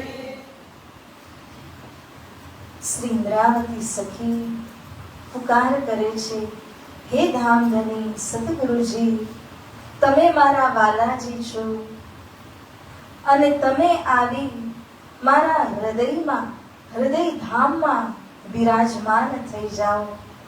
કારણ કે આ સંસાર આટલું દુસ્તર માયાથી ભરેલો, કોઈનો વિશ્વાસ ન કરી શકાય, છલયુક્ત એવા માયાવી સંસારની અંદર મને એકલી મૂકીને આપ કેવી રીતે જતા રહ્યા?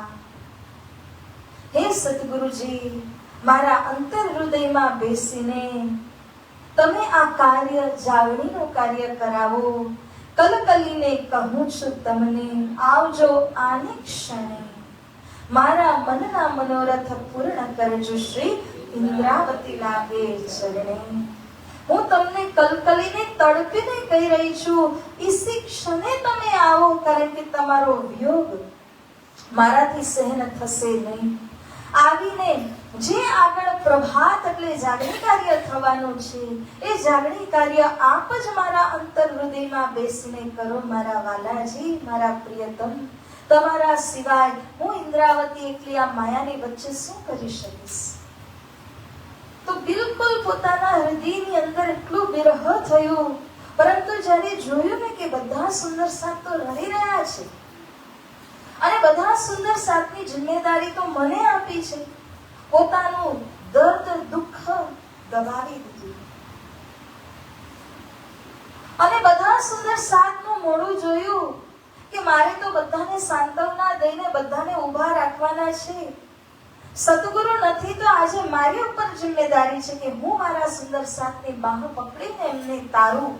તો શ્રી મહારાજજીએ પોતાના દિલ ઉપર પથ્થરની પહાડ મૂક્યું અને બધા સુંદર સાથને શાંત કર્યા, સમજાવ્યા.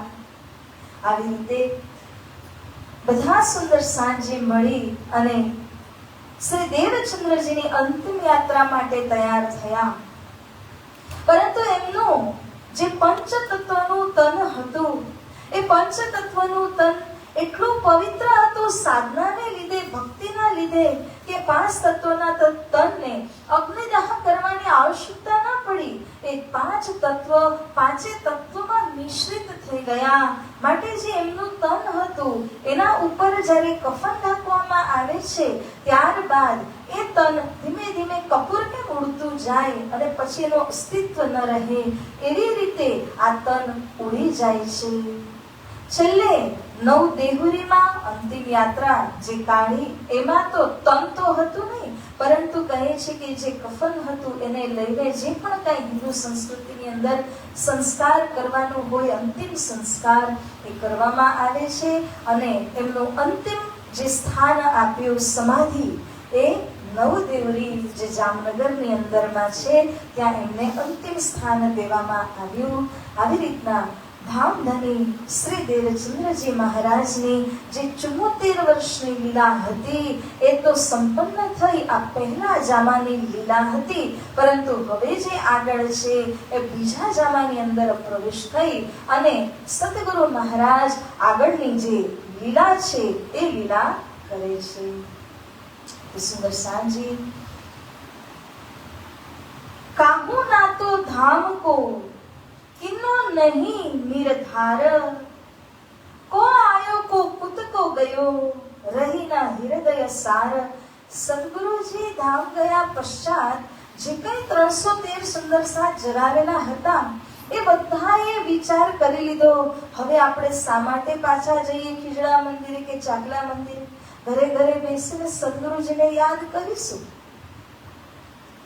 1.5 મહિના સુધી ખીજડા કે ચાકલા મંદિરમાં કોઈ પણ સુંદર સાથ આવતા નથી. આ પણ ધામધનીની પરીક્ષા હતી કે સદગુરુજી જ્યાં સુધી હતા તો અખંડ બ્રજરાસ લીલાનું ગાયન ચાલતું, પરમધામની અષ્ટપોરની લીલાને યાદ કરવામાં આવતી. પરંતુ જેમ જ એમનું ધામ ગમન થયું કે બધા જ સુંદર સાથ પોતપોતાના ઘરે થઈ ગયા. જે સત્સંગ ચાલુ જ રાખવાનો હતો એમના ગયા પશ્ચાત, એમાં ખંડિત થયું અને બીજા તો છોડો ખુદ મહારાજ પણ ન આવ્યા. તો 1.5 મહિના સુધી કીડી મકોડા ચાલતા થયા ચાકલા અને ખીજડા મંદિરમાં. કેતેક દિન પીછે બાલબાઈ इत आई, श्री महाराज के घरों आया ये खबर लाई. કેટલાય દિવસો પશ્ચાત બાલબાઈને સૂઝ્યું, રાજી કોઈને તો પ્રેરણા કરવાની જ હતી. બાલબાઈને પ્રેરણા થઈ. 1.5 મહિના પશ્ચાત શ્રી મહારાજના ઘરે પહોંચ્યા અને શ્રી મહારાજને જઈને કહ્યું કે હે મહારાજ, આ શું થઈ રહ્યું છે? આપણા બધા સુંદર સાથ ઘરે ઘરે બેસીને વિરહ કરી રહ્યા છે, જ્યારે કે આ સમય અગત્યનો છે. બધાએ ભેગા મળીને એકબીજાનો સાથ આપવાનો સમય છે, સદગુરુ મહારાજના ગુણને યાદ કરવાનો સમય છે. એવા સમયમાં બધા ઘરે ઘરે બેઠા છે. श्री महाराज सो मसलहत करने बैठी जब, अब क्या करना है तुम्हें, रहिया काम धाम का सब. हे महाराज, હવે તમારે શું કરવું છે? કારણ કે સદગુરુજીની ગાદી ખાલી પડી છે. કોને બેસાડીએ? ગાદી ખાલી ન શોભે. આ પ્રશ્ન ક્યાંથી આવ્યો?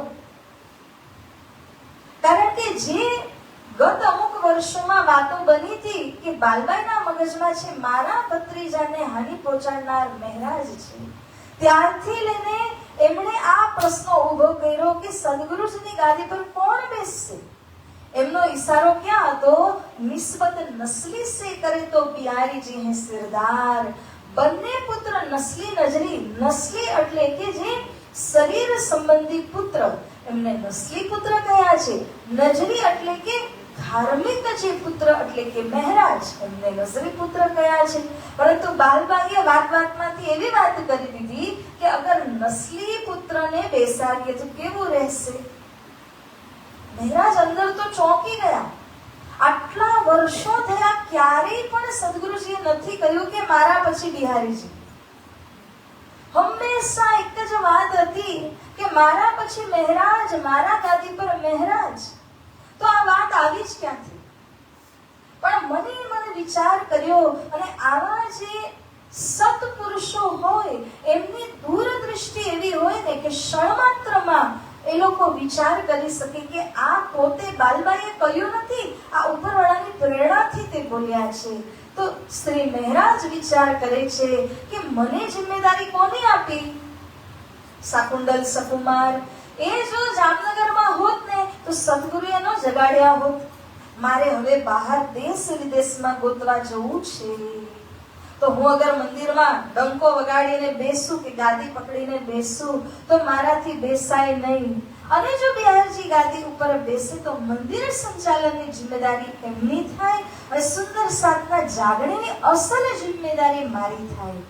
તરત જ શ્રી મહારાજે બાલબાઈની વાતમાં હામાહા મિલાવીને કહ્યું, તમારી વાત બરોબર છે. ચોપાઈના અનુસાર કહે છે યહી બાત હે સિરે. બાલબાઈ, તમે જે વાત કરી રહ્યા છો ને યુક્તિયુક્ત છે, એકદમ બરાબર છે કે આપણે બિહારીજીને ગાદી ઉપર વિરાજમાન કરવા જોઈએ, ગાદી ખાલી સારી ન લાગે. તો તરત જ બાલબાઈએ પ્રશ્ન ઉઠાવ્યો, પરંતુ મહારાજ બધા જ સુંદર સાજી જાણે છે કે સદગુરુ મહારાજ કહેતા આવ્યા મારા પછી મહારાજ, મારા પછી ઇન્દ્રાવતી, તો બિહારીજીને તો કોઈ સ્વીકાર નહીં કરી શકે. મહારાજ કહે છે पहले श्री बिहारी जी को मैं बैठाऊं इत, कदमों लाग सेजदा करूं तब साथ भी आवे तित.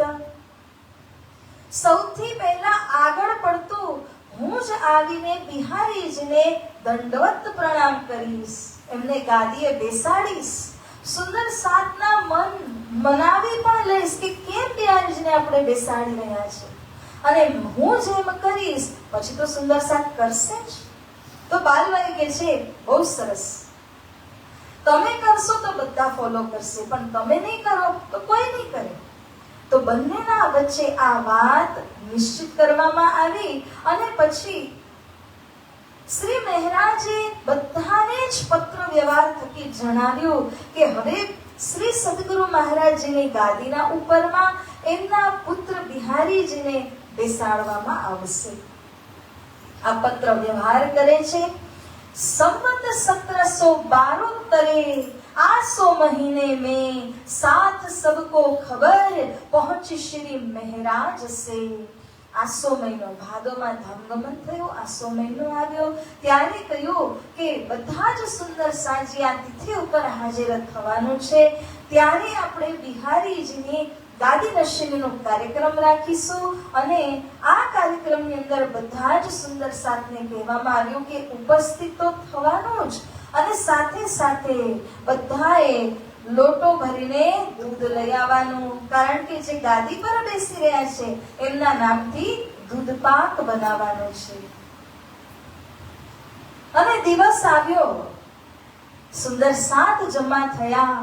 ઘણાના મનમાં હતું કે કેવી રીતે સંભવ છે, જેમ કે નાથા જોશી આદિ જે સદગુરુજીના સમયના આગેવાન ટ્રસ્ટી હતા, એવા અગ્રગણ્ય સુંદર સાતજીને મહારાજે પોતે સમજાવ્યા કે તમે સમજો, સદગુરુજીએ સાકુંડલ સકુમાર અને 36,000 ની જિમ્મેદારી આપી છે, તો હું અહીંયા એક સ્થાનને વળગીને ગાદીને વળગીને કેવી રીતે બેસી રહું, મારે દેશ વિદેશમાં ફરવા જવું પડશે। તો બધા માંડ કરીને એમની વાતને સ્વીકારે છે અને ત્યાર પછી શ્રી મહારાજ બધા આગળ પડતા સુંદર સાતને લઈ અને બિહારીજીનો ગાદીભિષેક કરવા માટે આગળ વધ્યા અને તે સમયમાં પોતાના શિવની જે યશકીર્તિની પાગ હતી એ બિહારીજીના શિવ પર મૂકી દીધી। ખરેખર તો એમની ગાદી હતી, પરંતુ બિહારીજીને આગળ લગાવ્યા અને બધા સુંદર સાતને કહ્યું કે એક એક લોટો દૂધ લઈને આવજો। એક મોટું ડ્રમ વાસણ તૈયાર કર્યું અને આ વાસણની અંદર બધાએ આવીને પોતપોતાનો લોટો રેડી દેવાનો, ઉપર કપડું ઢાંકી દેવાનું। પણ વિતરકાર કહે છે એવી ઘટના ઘટી અહીંયા, બરત્યો હૃદય એક કે સબે દૂધ ભરી જાય, मेरा लोटा एक जल वामे रहे समाई, कृष्ण कन्हैया लाल की। બધા સુંદર સાત તો દૂધ ભરીને લાવવાના છે, પરંતુ બિહારીજી છે, મહારાજ નથી।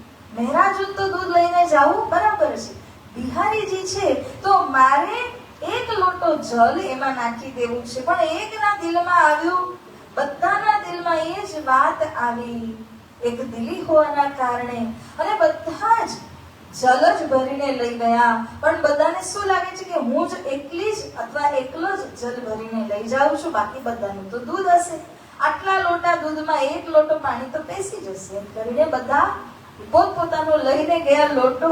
અને જ્યારે છેલ્લે ખોલવામાં આવ્યું ત્યારે જોયું તો આખું પાણી, એ પાણી પાક બનાવવું પડ્યું, દૂધ પાક તો ન બન્યો, પાણી પાક બનાવવું પડ્યું। અને બિહારીજીને ગાદીભિષેક કરીને બેસાડ્યા। મહારાજે સૌથી પહેલા દંડવત પ્રણામ કર્યા અને ત્યારબાદ બધા સુંદર સા ચાહતા ન ચાહતા, મનમાં ગમે કે ન ગમે, આવીને બધા પગે લાગ્યા, એમને સ્વીકાર કર્યા। બધાએ પૂજન વંદન કરીને ગુરુપુત્ર બિહારીજીને દિલમાં ગાદીપતિ તરીકે સદગુરુ મહારાજજીના ઉત્તરાધિકારીના રૂપમાં સ્વીકાર કરી જ લીધા। તો આવી રીતના બિહારીજીને બેસાડ્યા। સુંદરસાજી આગળનો જે પ્રસંગ છે એથી પહેલા એક નાની એવી ધૂન બોલાવી અને પછી આપણે પ્રસંગને આગળ વધારીએ। શ્રી કૃષ્ણ કનૈયાલાલ કી જય।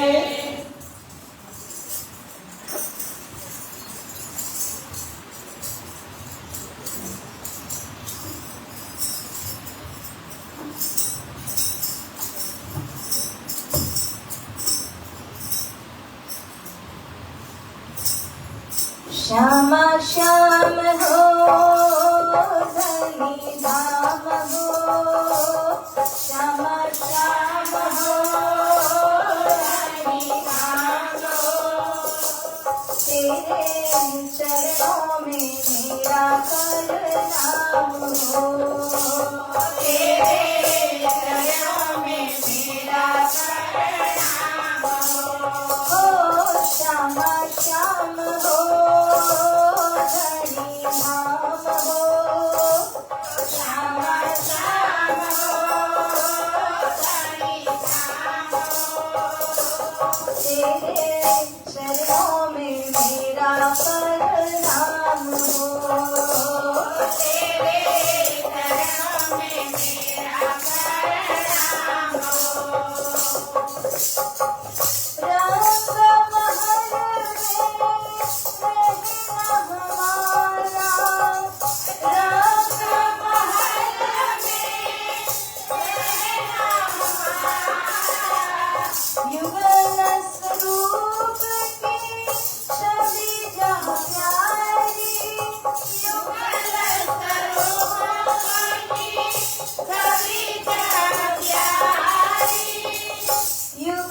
स्वरूप की छवि जहाँ प्यारी, श्यामा श्याम हो रानी धाम हो, श्यामा श्याम हो रानी धाम हो।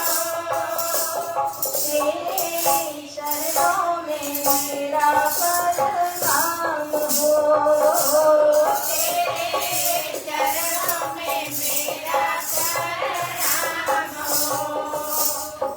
श्यामा श्याम हो रानी धाम हो, श्यामा श्याम हो रानी धाम हो।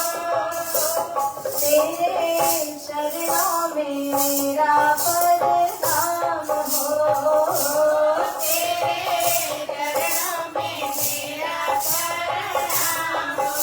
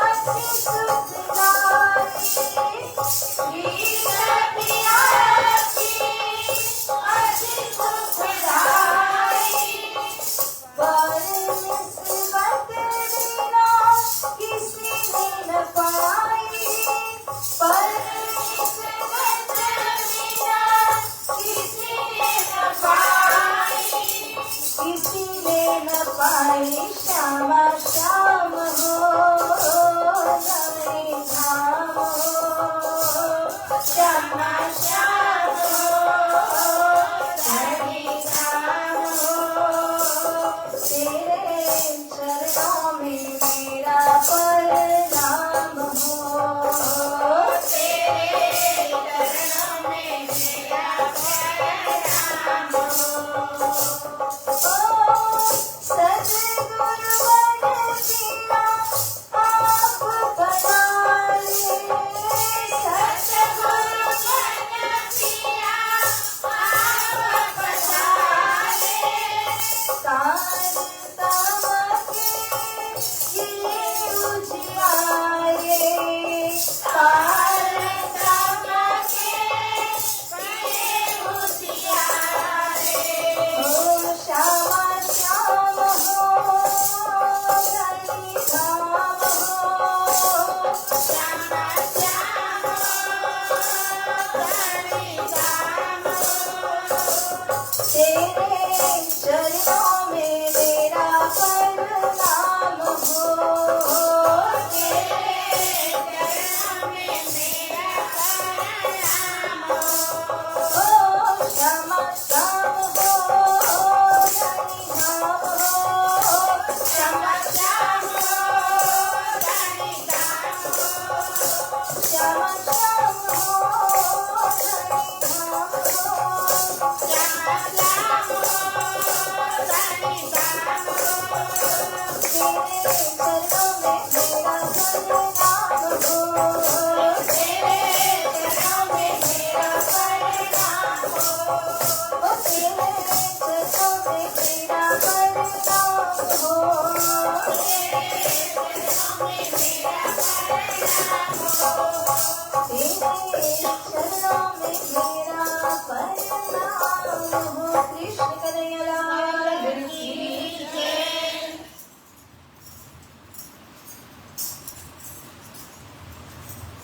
ज्यादा किया दीन को एहिया ने इस ठाम, साथ की सूरत फेर के लगाई लई इस्लाम।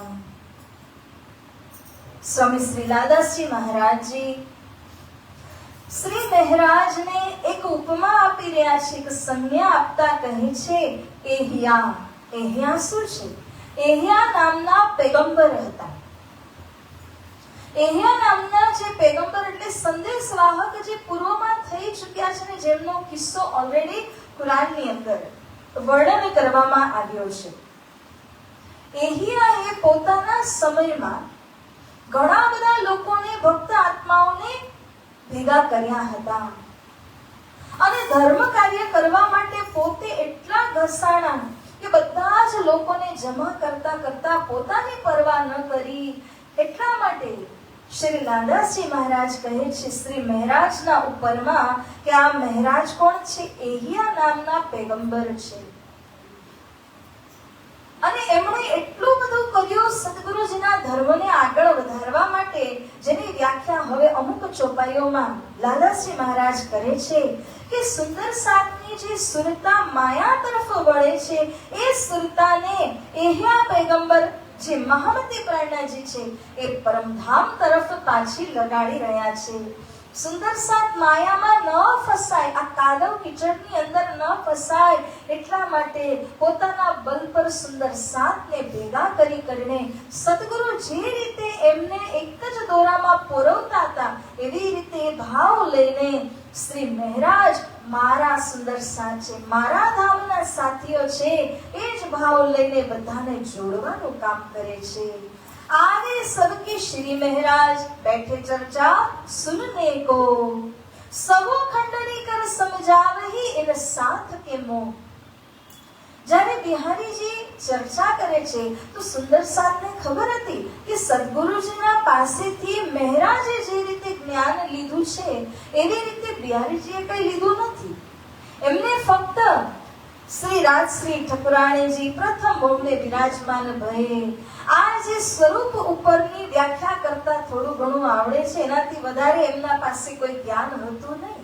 માટે જ સુંદર સાત રાજી ન હતો કે બિહારીજીને ગાદી પર બેસાડવામાં આવે, પરંતુ મહારાજના કહેવાથી સમય સંજોગ વસાત બિહારીજીને ગાદી ઉપરમાં આસીન તો કર્યા.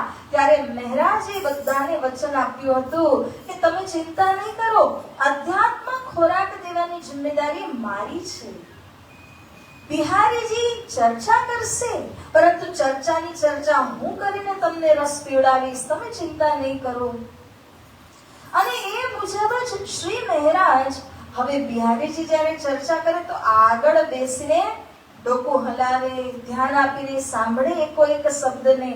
અને જ્યારે બિહારીજી ચર્ચા પૂરી કરી અને પોતાના સ્થાનમાં વિશ્રામ કરવા જાય તો બધા સુંદર સાતને રસપાન કરાવી શ્રી મહારાજ પણ ચર્ચાની ચર્ચાના રૂપમાં જે કંઈ બિહારીજીએ કહ્યું હોય એ જ શબ્દના આધારે, એનાથી આગળ વધીને નહીં કે એનાથી ઉપરવટે જઈને નહીં. અગર કહ્યું શ્રીરાજ શ્રી ઠકુરાણીજી તો શ્રીરાજ શબ્દનો સુસાર છે.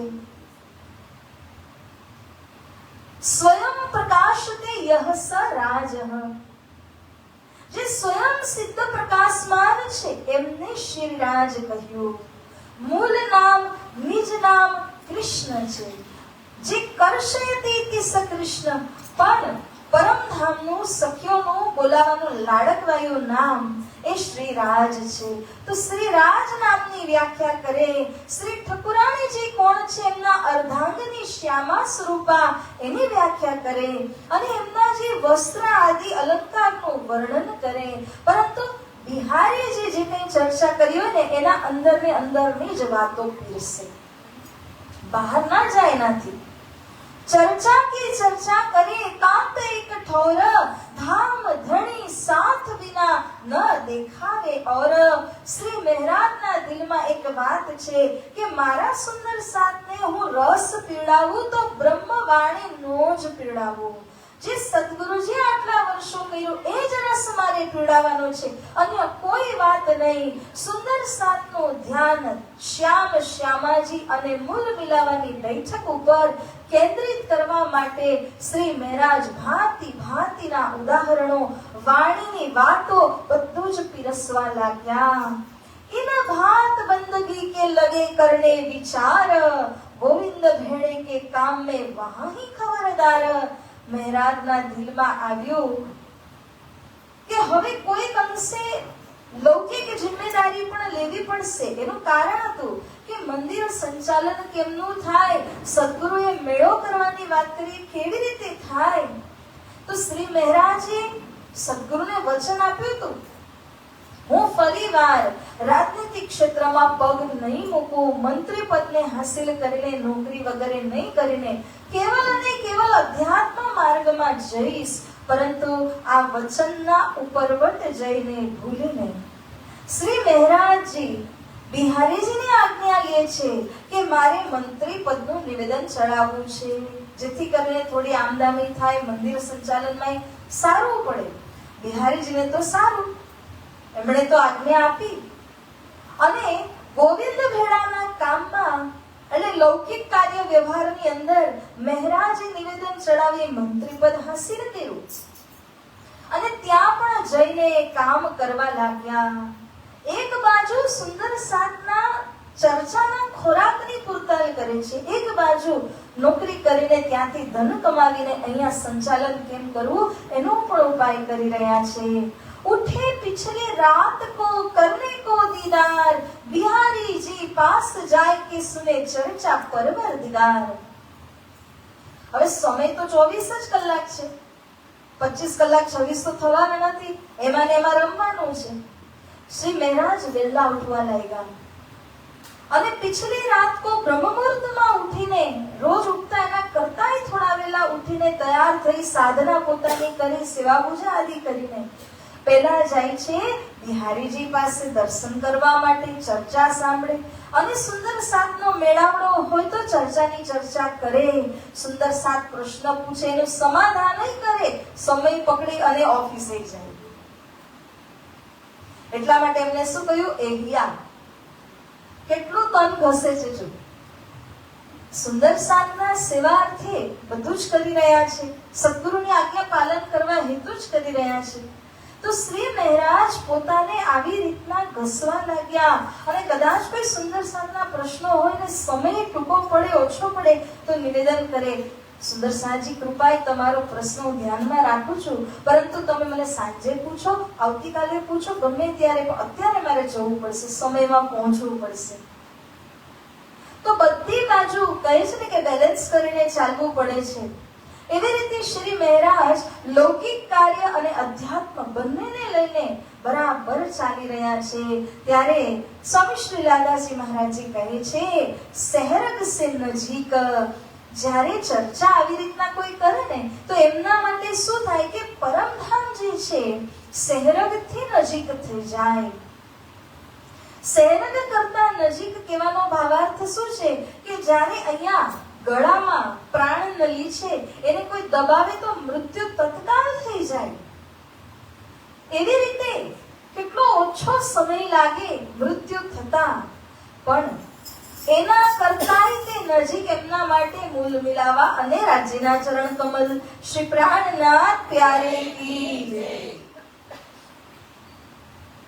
તો શ્રી મહારાજજી સહેરગથી નજીક મૂલ મિલાવાને જોઈ રહ્યા છે અને સુંદર સાતની સેવા કરી રહ્યા છે. સ્વરૂપ ચર્ચા સુનકે યહ કામ વ્યવહાર કરતે રહ્યા 4 ઘડી પિછલા દિન. જ્યારે શ્રી મહારાજજી અહીંયાથી જાય અને 4:30 વાગે તો દેવચંદ્રજી મહારાજ 4:30 વાગે પરમધામથી ખેલમાં આવ્યા. એ સમયમાં ચિત્તવની કરાવતા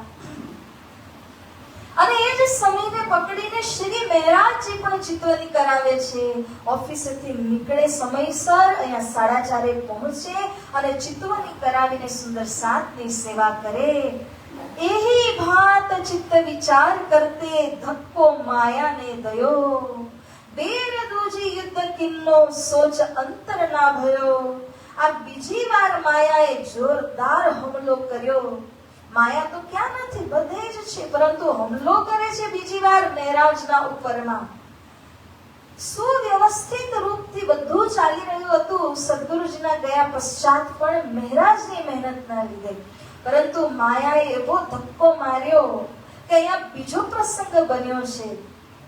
શ્રી મહેરાજ તો રાજ દરબારમાં આવતા જતા હોય અને સમયસર બંને વાતની ચર્ચા સાચવી લેતા હતા, પરંતુ એક સુંદર સાત ગવ્યુત્તે ભર દૂર રહે છે, એટલે કે 8 કોસ દૂર રહેતા હતા. એમને આવવું જવું એમાં કેટલો સમય લાગે, બે વારની ચર્ચા તો અટેન્ડ કરી જ ન શકે. તો એમણે વિચાર્યું કે હું સદગુરુજીને એટલે કે બિહારીજીને નિવેદન કરું કે મને એક વારની ચર્ચામાંથી તમે રજા આપો, મને ખૂબ જ દૂર પડે છે.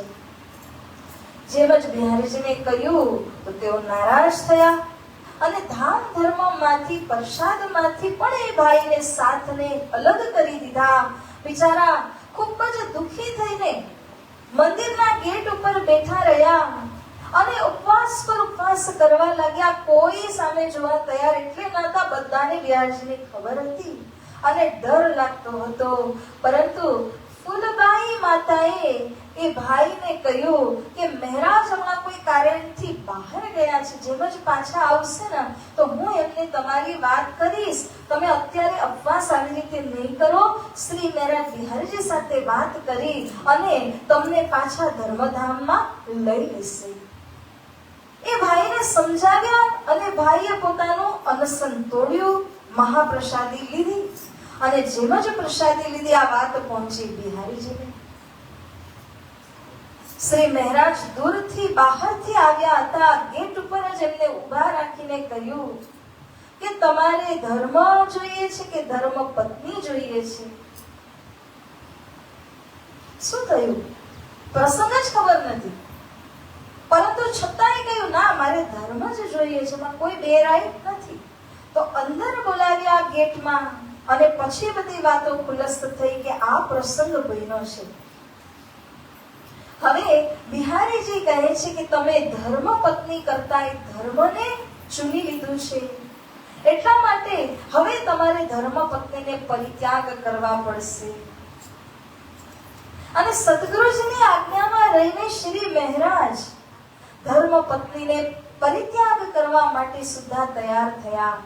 આજની તારીખમાં આ વાત અશક્ય અસંભવ લાગે, પણ આ કયા સમયની વાત છે સુંદરસાજી કે જ્યારે સુંદર સાતના દિલમાં એ ભાવ હતો કે આપણા સદગુરુ કહે કે તમે ધામ ધર્મમાંથી બહાર, તો સુંદર સાત માની લેતા કે હવે મને ધામ નહીં મળે.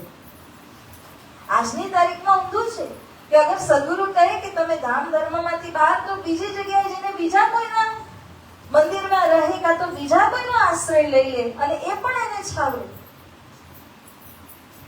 પણ તે સમયમાં અગર ગુરુએ કહી દીધું કે તમે તિલક પ્રસાદથી બહાર, તો પછી પોતાનું કોઈ અસ્તિત્વ માનતા નહીં અને પ્રાયશ્ચિત કરીને જીવન કાઢતા, એવી શ્રદ્ધા લોકોમાં હતી.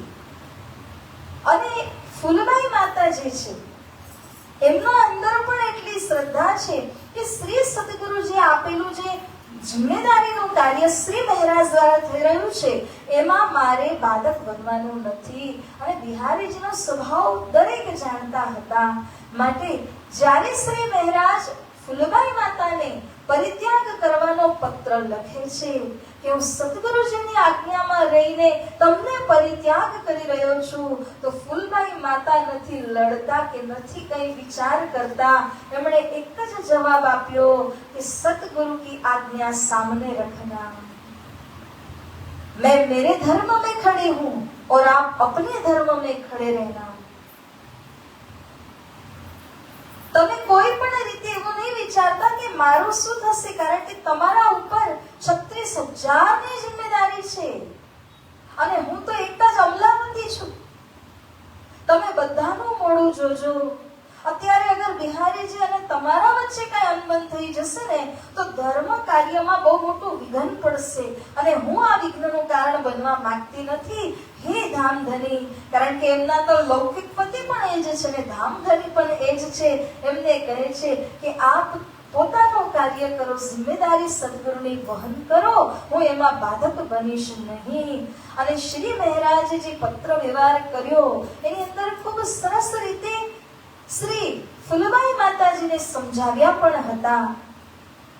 પીસા જાતા જબ ઇક્ષુદંડ, એટલે ઇક્ષુદંડ એટલે ગન્ના કહીએ ને જેને, શેરડી. તો કે જ્યારે શેરડીને લઈને મશીનની અંદર નાખે તો એ શેરડીની શી હાલત થાય? પણ પીસા જાતા જબ ઇક્ષુદંડ બહેતી રસ કી ધારા, આ રસ નીકળે શેરડીમાંથી તો એ રસપાન કોણ કરે? આપણે બધા કરીએ અને લોકોને એનો લાભ મળે. શેરડી તો ગઈ, એનો તો રસ નીકળી ગયો, કેટલી કસની થઈ. એવી રીતે બીજું ઉદાહરણ આપ્યું. मेहंदी जब सहती है प्रहार, बनती ललनाओं का श्रृंगार.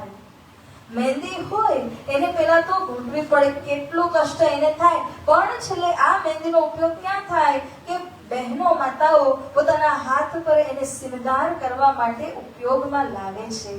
એવી રીતે જ હે ફૂલબાઈ, તમારા ઉપર અત્યારે કસની આવી છે. કસની એવી રીતના આવી કે ધર્મ તમારા પાસે બલિદાન માંગી રહ્યું છે. તમારી વાંક ભૂલ કઈ નથી, મહારાજ પણ જાણે છે અને ફૂલબાઈ પણ જાણે છે કે એમણે તો એક ગુરુભાઈને કષ્ટ થઈ રહ્યું છે ત્યારે એમને કષ્ટમાંથી છોડાવવા માટે આ કરેલું હતું. પણ કહે છે ને કે ધર્મ કરતા ધાડ પડે, એના જેમ થયું. અને ફૂલબાઈ માતાને બિહારીજીએ, મહારાજે કહ્યું, મતલબ બિહારજીના કહેવાથી મહારાજે એમને પરિત્યાગ કરવાની ઘડી આવી.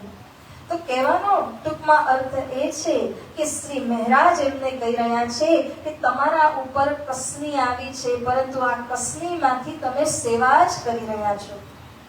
જબ ફૂલ પીરોએ જાતે હૈ, ફૂલને જ્યારે તમે પોરવો છો તો એમાંથી સોય પાસ થાય તો એ ફૂલને કેટલું કષ્ટ થાય, એ ફૂલ કેટલું નાજુક છે. પરંતુ જ્યારે ફૂલને પીરવવામાં આવે છે એના પછી જેમાંથી માળા બની, અને માળા બની તો પરમાત્માને આપણે અર્પણ કરી.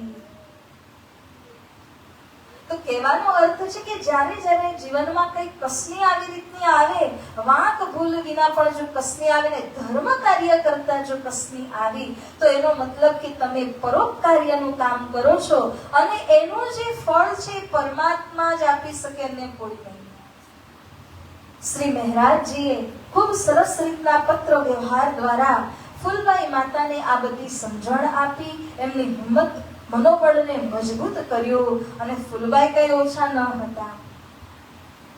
ફૂલબાઈ માતા બધી વાતોને સહજ સ્વીકાર કરે છે. જો સ્વીકારમાં તે ફરક હોય, કોઈ લડે કોઈ ઝઘડે, પરંતુ ફૂલબાઈ માતાએ સહજ સ્વીકાર કર્યો કે ના, તમે ધર્મમાં ઊભા છો, હું મારા ધર્મમાં ઊભી રહીશ. તમે તમારા ધર્મના લીધે મને પરિત્યાગ કરી રહ્યા છો, મને માન્ય છે, અને તમે મને પરિત્યાગ કરી એટલે હું પણ પોતાનું જીવન હવે પૂર્ણ કરીશ, એ મારો ધર્મ છે. તો આવી રીતના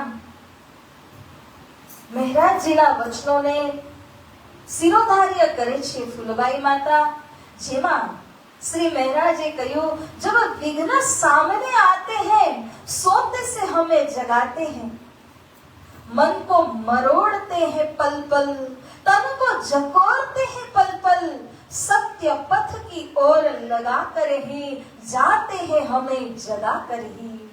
વિઘ્નનું કામ શું કે તમે સૂતા હોય તમને જાગૃત કરે. માયાનું કામ શું છે? માયાના ક્ષેત્રમાં આવીને આપણે અભ્યાસ કરી રહ્યા છીએ, આપણે શીખી રહ્યા છીએ કે માયામાં ધર્મ કેવી રીતના કરવાનો છે. તો જ્યારે ફૂલબાઈ માતા પણ તૈયાર થયા અને 6 મહિના શ્રી મહારાજે પરિત્યાગ કર્યા, ત્યારથી લઈને 6 મહિના ફૂલબાઈ માતાએ અન્ન જલ પરિત્યાગ કર્યો. આજના યુગ સમયની અંદર આ વાત સર્વથા ઇમ્પોસિબલ લાગે છે, પણ એ આત્માની પવિત્રતા એટલી છે કે એમના માટે આ કરવું એ સહજ એમનો ધર્મ સ્વીકાર્ય છે. એટલા માટે ફૂલબાઈ માતા આ વાતને સ્વીકાર કરી શક્યા. माया में बैठ के लाहा लेने अब, धाम में जागे पीछे एह ना हो रे कब। માયામાં રહીને લૌકિક કાર્ય કરતા કરતા હવે શ્રી મહારાજ ત્યાં જ છે જ્યાં બિહારીજીનું સ્થાન છે, ચાકલામાં, ખીજડામાં, ત્યાંથી જ લઈને નોકરી પર જવું, ત્યાં જ પાછું આવી જવું, એવી જ રીતનો ક્રમ ચાલુ છે. અને 6 મહિના બાદ ફૂલબાઈ માતાનો એક પત્ર શ્રી મહારાજને પ્રાપ્ત થાય છે, જેમાં ફૂલબાઈ માતા લખે છે કે હું જ્યારે મારું તન છોડવા જાઉં છું ત્યારે એક જ વિનંતી તમને કરું છું કે જ્યારે હું તન પરિત્યાગ કરું, મારા ચિતા ઉપર, મારા રાખ ઉપર કેવલ આપ તમારા ચરણ કમલને રાખજો. કૃષ્ણ કનૈયા લાલ કી જય. એનાથી વિશેષ કે વધારે કશું જ મારે જોતું નથી. તમે આવી રીતના કૃપા કરજો મારી ઉપર. શ્રી મહારાજે પત્ર લીધો, પરંતુ પોતે ગયા નહીં, પેલા બિહારીજીની આજ્ઞા લીધી અને પછી જ ગયા. કારણ કે ચિતામાં જ્યારે ફૂલબાઈ માતા પ્રવેશ થાય છે ત્યારે હવે તો બંનેના વચ્ચે કોઈ મિલાપ નહીં થાય, કોઈ સંગમ નહીં થાય. એટલા માટે બિહારીજીએ પણ આજ્ઞા આપી કે હા, તમે રાખ ઉપર જઈ અને તમારા ચરણને રાખજો. આ પતિનો ધર્મ છે.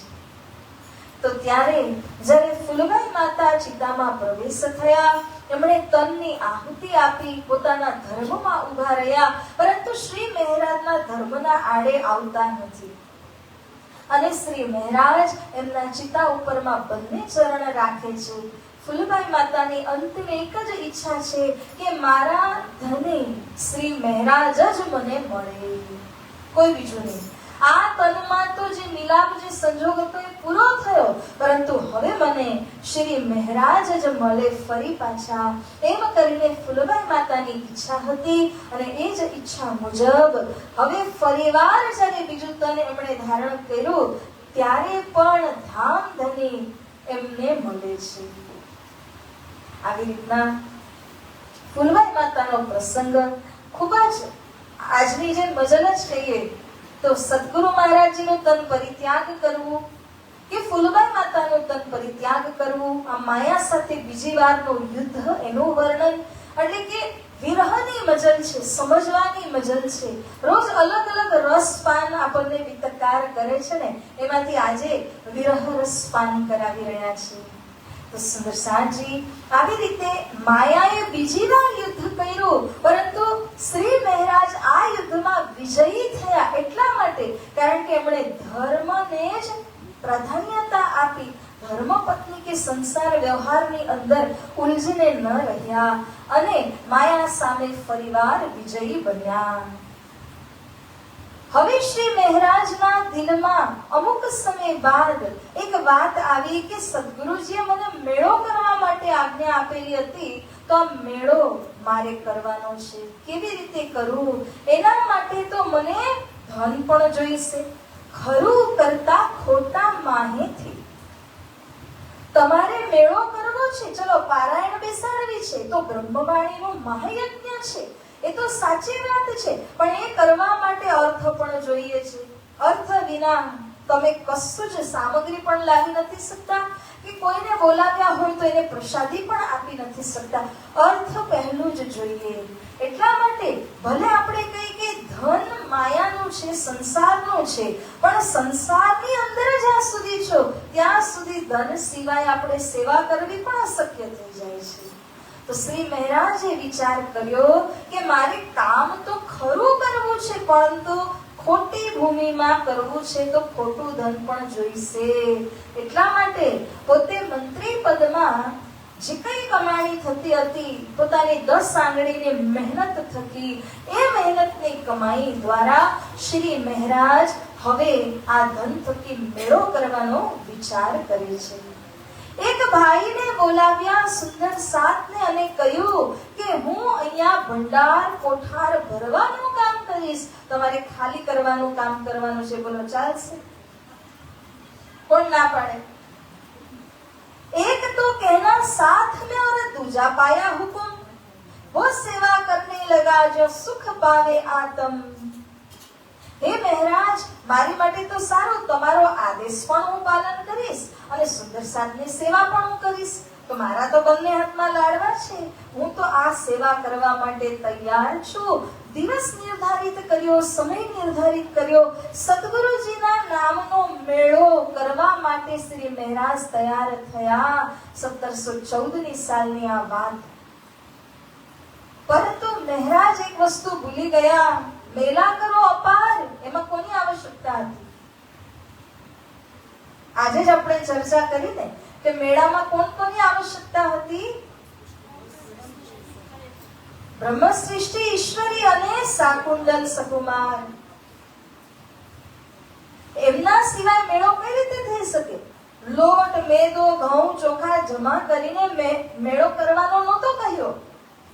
પરંતુ શ્રી મહારાજ આવતા ભંડાર ભરી ભરીને સુંદર સાતને આમંત્રિત કરીને સદગુરુજીના નામનો મેળો લગાવ્યો. અને બિહારીજી માટે સરસ મજાના વસ્ત્ર, એમના હજરીઓ માટે સરસ મજાના વસ્ત્ર, સુંદર સાત માટે વસ્ત્ર. કોઈ એક માંગે બે આપો, બે માંગે ચાર આપો, એવી વાત મહારાજોલા ભાઈને જિમ્મેદારી આપી કે તમે ભંડાર લૂંટાવાનું કામ કરજો, હું ભરવાનું કામ કરીશ. પરંતુ જ્યારે આ મેળો શરૂ થયો, ત્રીજા જ દિવસે ખંડિત થાય છે. એનું કારણ હતું, इन बात की चुगली वजीर आगे गई, उन्होंने कछु न विचारिया, बात दिल में लई. वजीर ने कोई के चुगली एवी लगाड़ी કે રાજ દરબારનું ધન મહારાજ લૂંટાવી રહ્યા છે. કારણ કે પોતાના 10 આંગળી મહેનતથી કમાવેલું ધન હોય, કોઈ આવી રીતે લૂંટાવી જ ન શકે. બધા સોચી સમજીને વાપરે.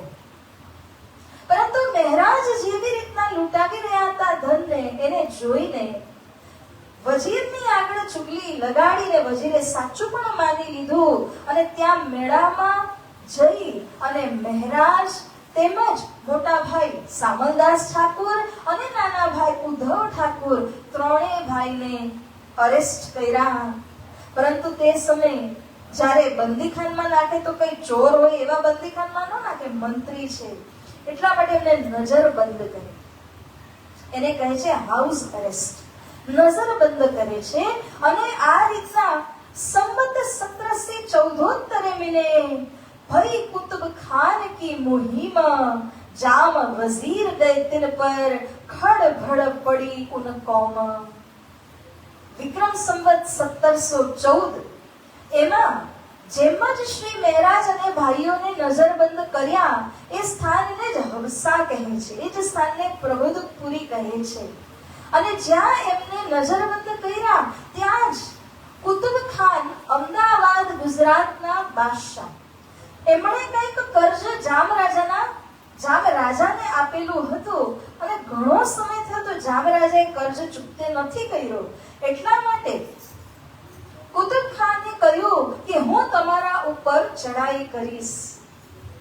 તો ત્યારે જામ નરેશ પહોંચી ગયા અમદાવાદ પોતાના વજીરને, મંત્રીને લઈને, અને ત્યાં સંધિ કરવા માટે ગયા કે થોડોક સમય હજી અમને આપો, અત્યારે ચડાઈ કરશો તો અમારી પાસે દેવા માટે ધન જમા નથી થયું.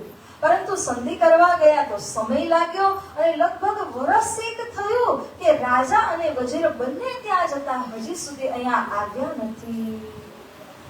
ક્यों हम पर ऐसा पहुंचाया सखत बखत, हम तो बंदगी में हते, क्यों ऐसा किया इतर. શ્રી મહારાજ હફસામાં નજર કેદમાં બંધ છે ભાઈઓ સાથે અને વિરહ કરી રહ્યા છે.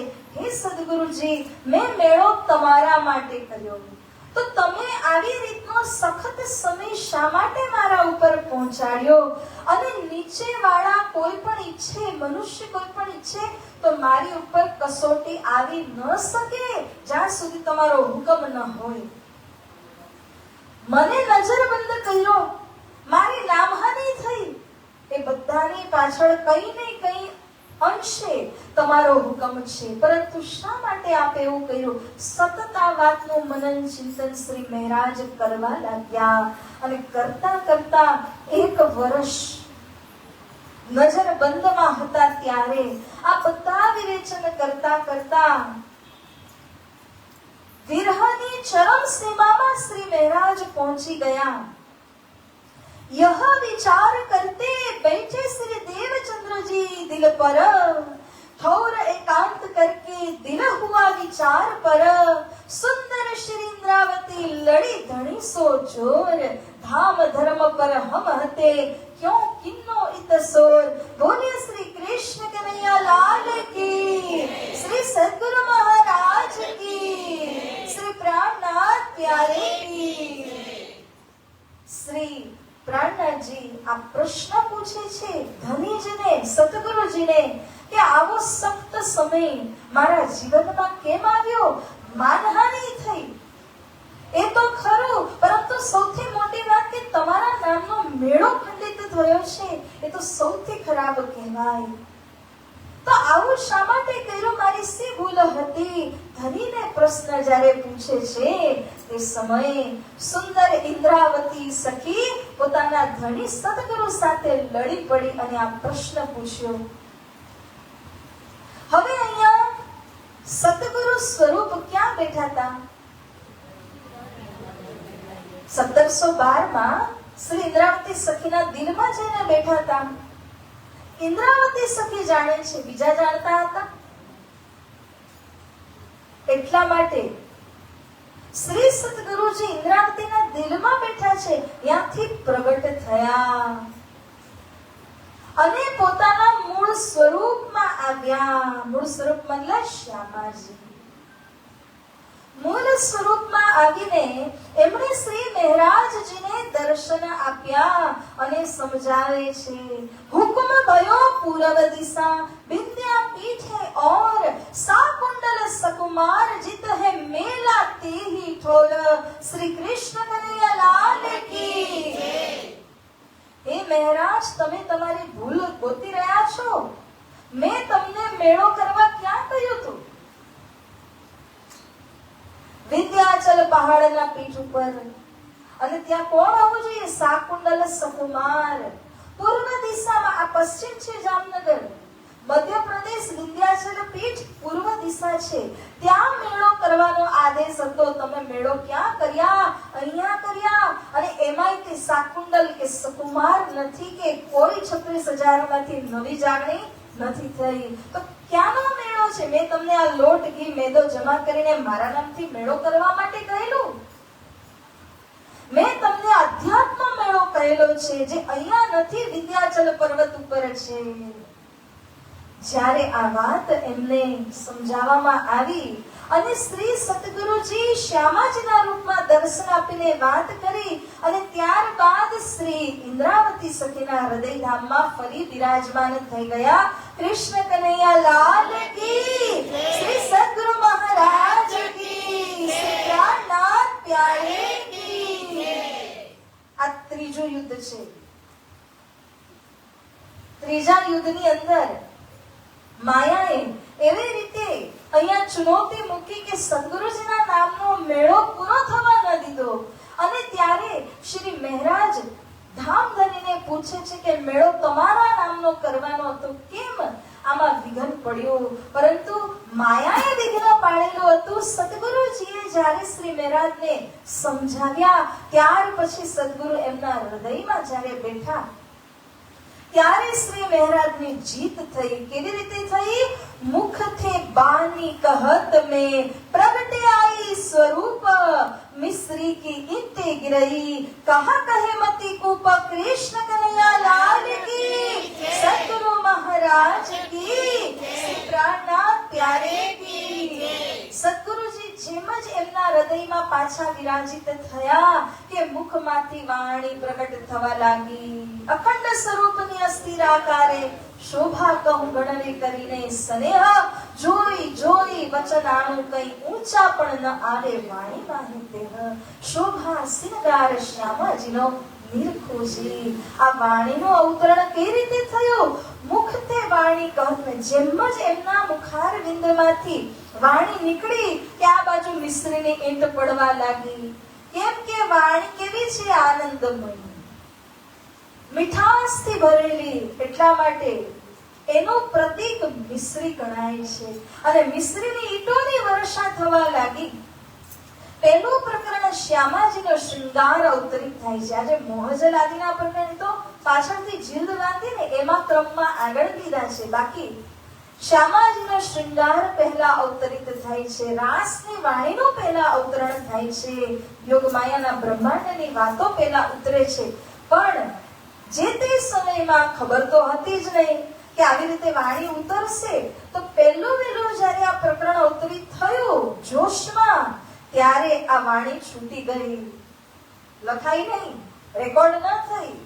પણ જ્યારે શ્રી મહારાજ હોશમાં આવ્યા ત્યારે એમણે આ બધી જ વાણીને પાછી યાદ કરીને લખાવી અને આ લખવામાં આવી. ત્યાર પછીથી એમના ભાઈઓ સતર્ક થયા ને ઉદ્ધવ ઠાકોરજી જે હતા એ તો ધામના પણ હતા. એમણે જ્યારે શ્રી મહારાજને જોશ ચડે આવી રીતના અને વાણી ઉતરે તો ભીત ઉપર લખવા લાગ્યા કોલસાથી. હફસાના જેલખાનની અંદર નજર કેદમાં ભીત ઉપર આ વાણીના વચનો લખાયા અને પછી એને પેપરના ઉપર અંકિત કરવામાં આવ્યા છે. પરંતુ મૂળમાં ભીત ઉપર લખવામાં આવ્યા હતા. આ રીતે કરતા કરતા વાણીનું અવતરણ થયું અને વિતકાર કહે છે મારી મતિ મારી બુદ્ધિ કૂપ સમાન. કૂપ એટલે આજે કૂવો હોય ને એને કૂપ કહેવાય છે. અને સતગુરુજી કે પ્રાર્થનાજીનું મહાત્મ્ય મહાસાગર છે. તો એવા મહાસાગરનું વખાણ આવા કુવા જેવા મગજથી, નાના મગજથી કઈ રીતે કરી શકાય? આ પ્રસંગનું વર્ણન ન થઈ શકે. અને આ રીતે રાસની ઘણી રામતો અહીંયા અવતરિત થઈ, રાસની વાતો અવતરિત થઈ, બ્રજની વાણી અવતરિત થઈ.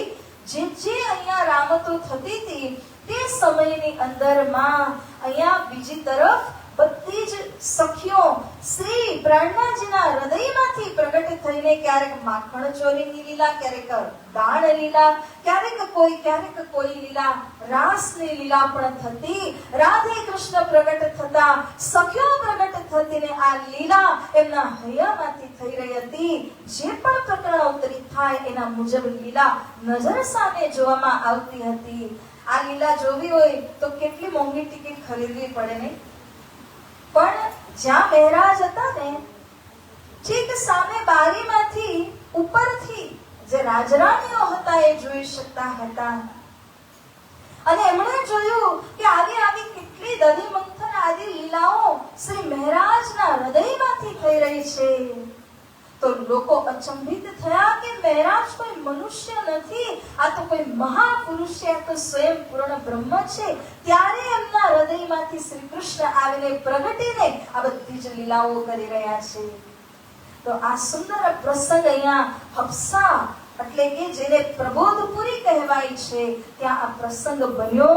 વાણીનો અવતરણ પ્રારંભ અહીંયા થયો છે. રાસ વાણીના ઘણા પ્રકરણો અહીં અવતરિત થયા અને ત્યારબાદ પ્રકાશની વાણી, શતરિતુની બિરહની વાણી એ બધાનો અવતરણ અહીંયા છે.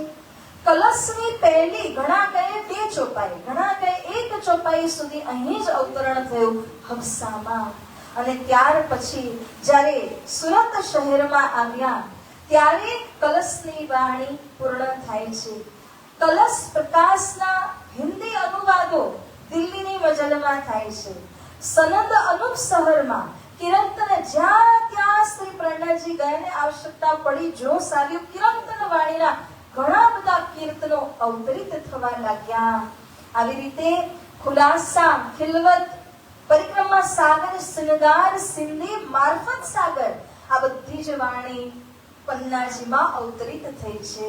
રાસની ઘણી બધી રામતો રામનગર અને મહેતામાં તે અવતરિત થઈ છે. બડા ક્યામતનામા ચિત્રકૂટમાં, છોટા ક્યામતનામા પન્નાજીમાં. તો અલગ અલગ જે વાણી અવતરિત થઈ છે પરમધામની એ અલગ અલગ સ્થાનોમાં અવતરિત થઈ છે. સુંદરસાજી મોહજલના જે 5 પ્રકરણો કહેવાય છે દીપ બંદર જતી વખતે શ્રી પ્રાણનાજી નાવમાં હતા તે સમયમાં અવતરિત થયા છે. તો આવી રીતના આ સમગ્ર 18,000 વાણી, કુલ જમા 18,000 તો 757 ચોપાઈ, 1 ચોપાઈ મંત્ર ગણો તો 58 થાય. જેને પછી જઈને જીર્દ બાંધી અને સ્વરૂપ સાહેબ અથવા તો કુલજમ સ્વરૂપ સાહેબ કહેવાય છે. સાહેબ એટલે પરમાત્માનું સાક્ષાત સ્વરૂપ છે આ વાણી. એટલા માટે સિંહાસનની ઉપરમાં આપ જુઓ છો કે કોઈ પત્તર કાષ્ઠ આદિની કોઈ મૂર્તિ ન હોય અને આપણામાં વાણીને જ આપણે વાંગમય મૂર્તિ તરીકે પધરાવીને રાત દિવસ અષ્ટપ્રહરની સેવા આપણે રાજ્યનું સ્વરૂપ માનીને કરીએ છીએ. ત્યારે સુંદર સાંજી આવી રીતે 1715ની સાલ હર્ષાની મજલ વાણીનું અવતરણ અને મિસ્ત્રીની ઈંટો આપણે આજે પ્રસાદીમાં લેવાની છે. ઈંટ એટલે ઓલી ઈંટ નહીં હો, પછી માંગતા નહીં એવું. મિસ્ત્રીના કટકા જે વાણી અવતરિત થઈ તે સમયમાં પડે છે એ પ્રસાદીમાં આપણે ગ્રહણ કરીશું. તો 1715ની સાલ અને ત્યાર પછી શ્રી મહારાજ રિહા થશે, જ્યારે રાજા આવશે એમને બધી વાતો કરવામાં આવશે. તો એ જે પ્રસંગ છે આપણે આવતીકાલે શ્રવણ કરીશું. અત્યારે સમય થાય છે તો આવો સુંદર સાંજે આપણે ચોપાઈને અહીંયા દોહરાવીએ. આજના પ્રસંગને ધ્યાનમાં રાખીને વરસાદ પણ ખૂબ સરસથી વરસી રહ્યો છે. આવો ચોપાઈને દોહરાવીએ. મુખતે વાણી કહત મેં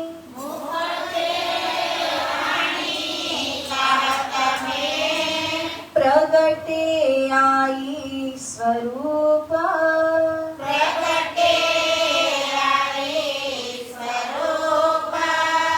मिस्र के ईटे गिरई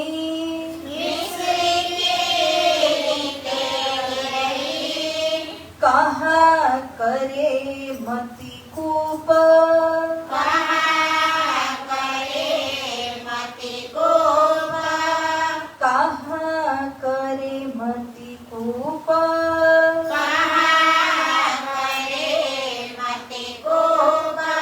श्री कृष्ण कन्हैया लाल की जय. श्री सद्गुरु महाराज की जय. श्री प्राणनाथ प्यारे की जय. श्री कृष्ण प्रणामी धर्म की जय. तीनों धाम की जय. स्वामी श्रीलादास जी महाराज की जय. बोल बोल पंजे समस्त सुंदर सात के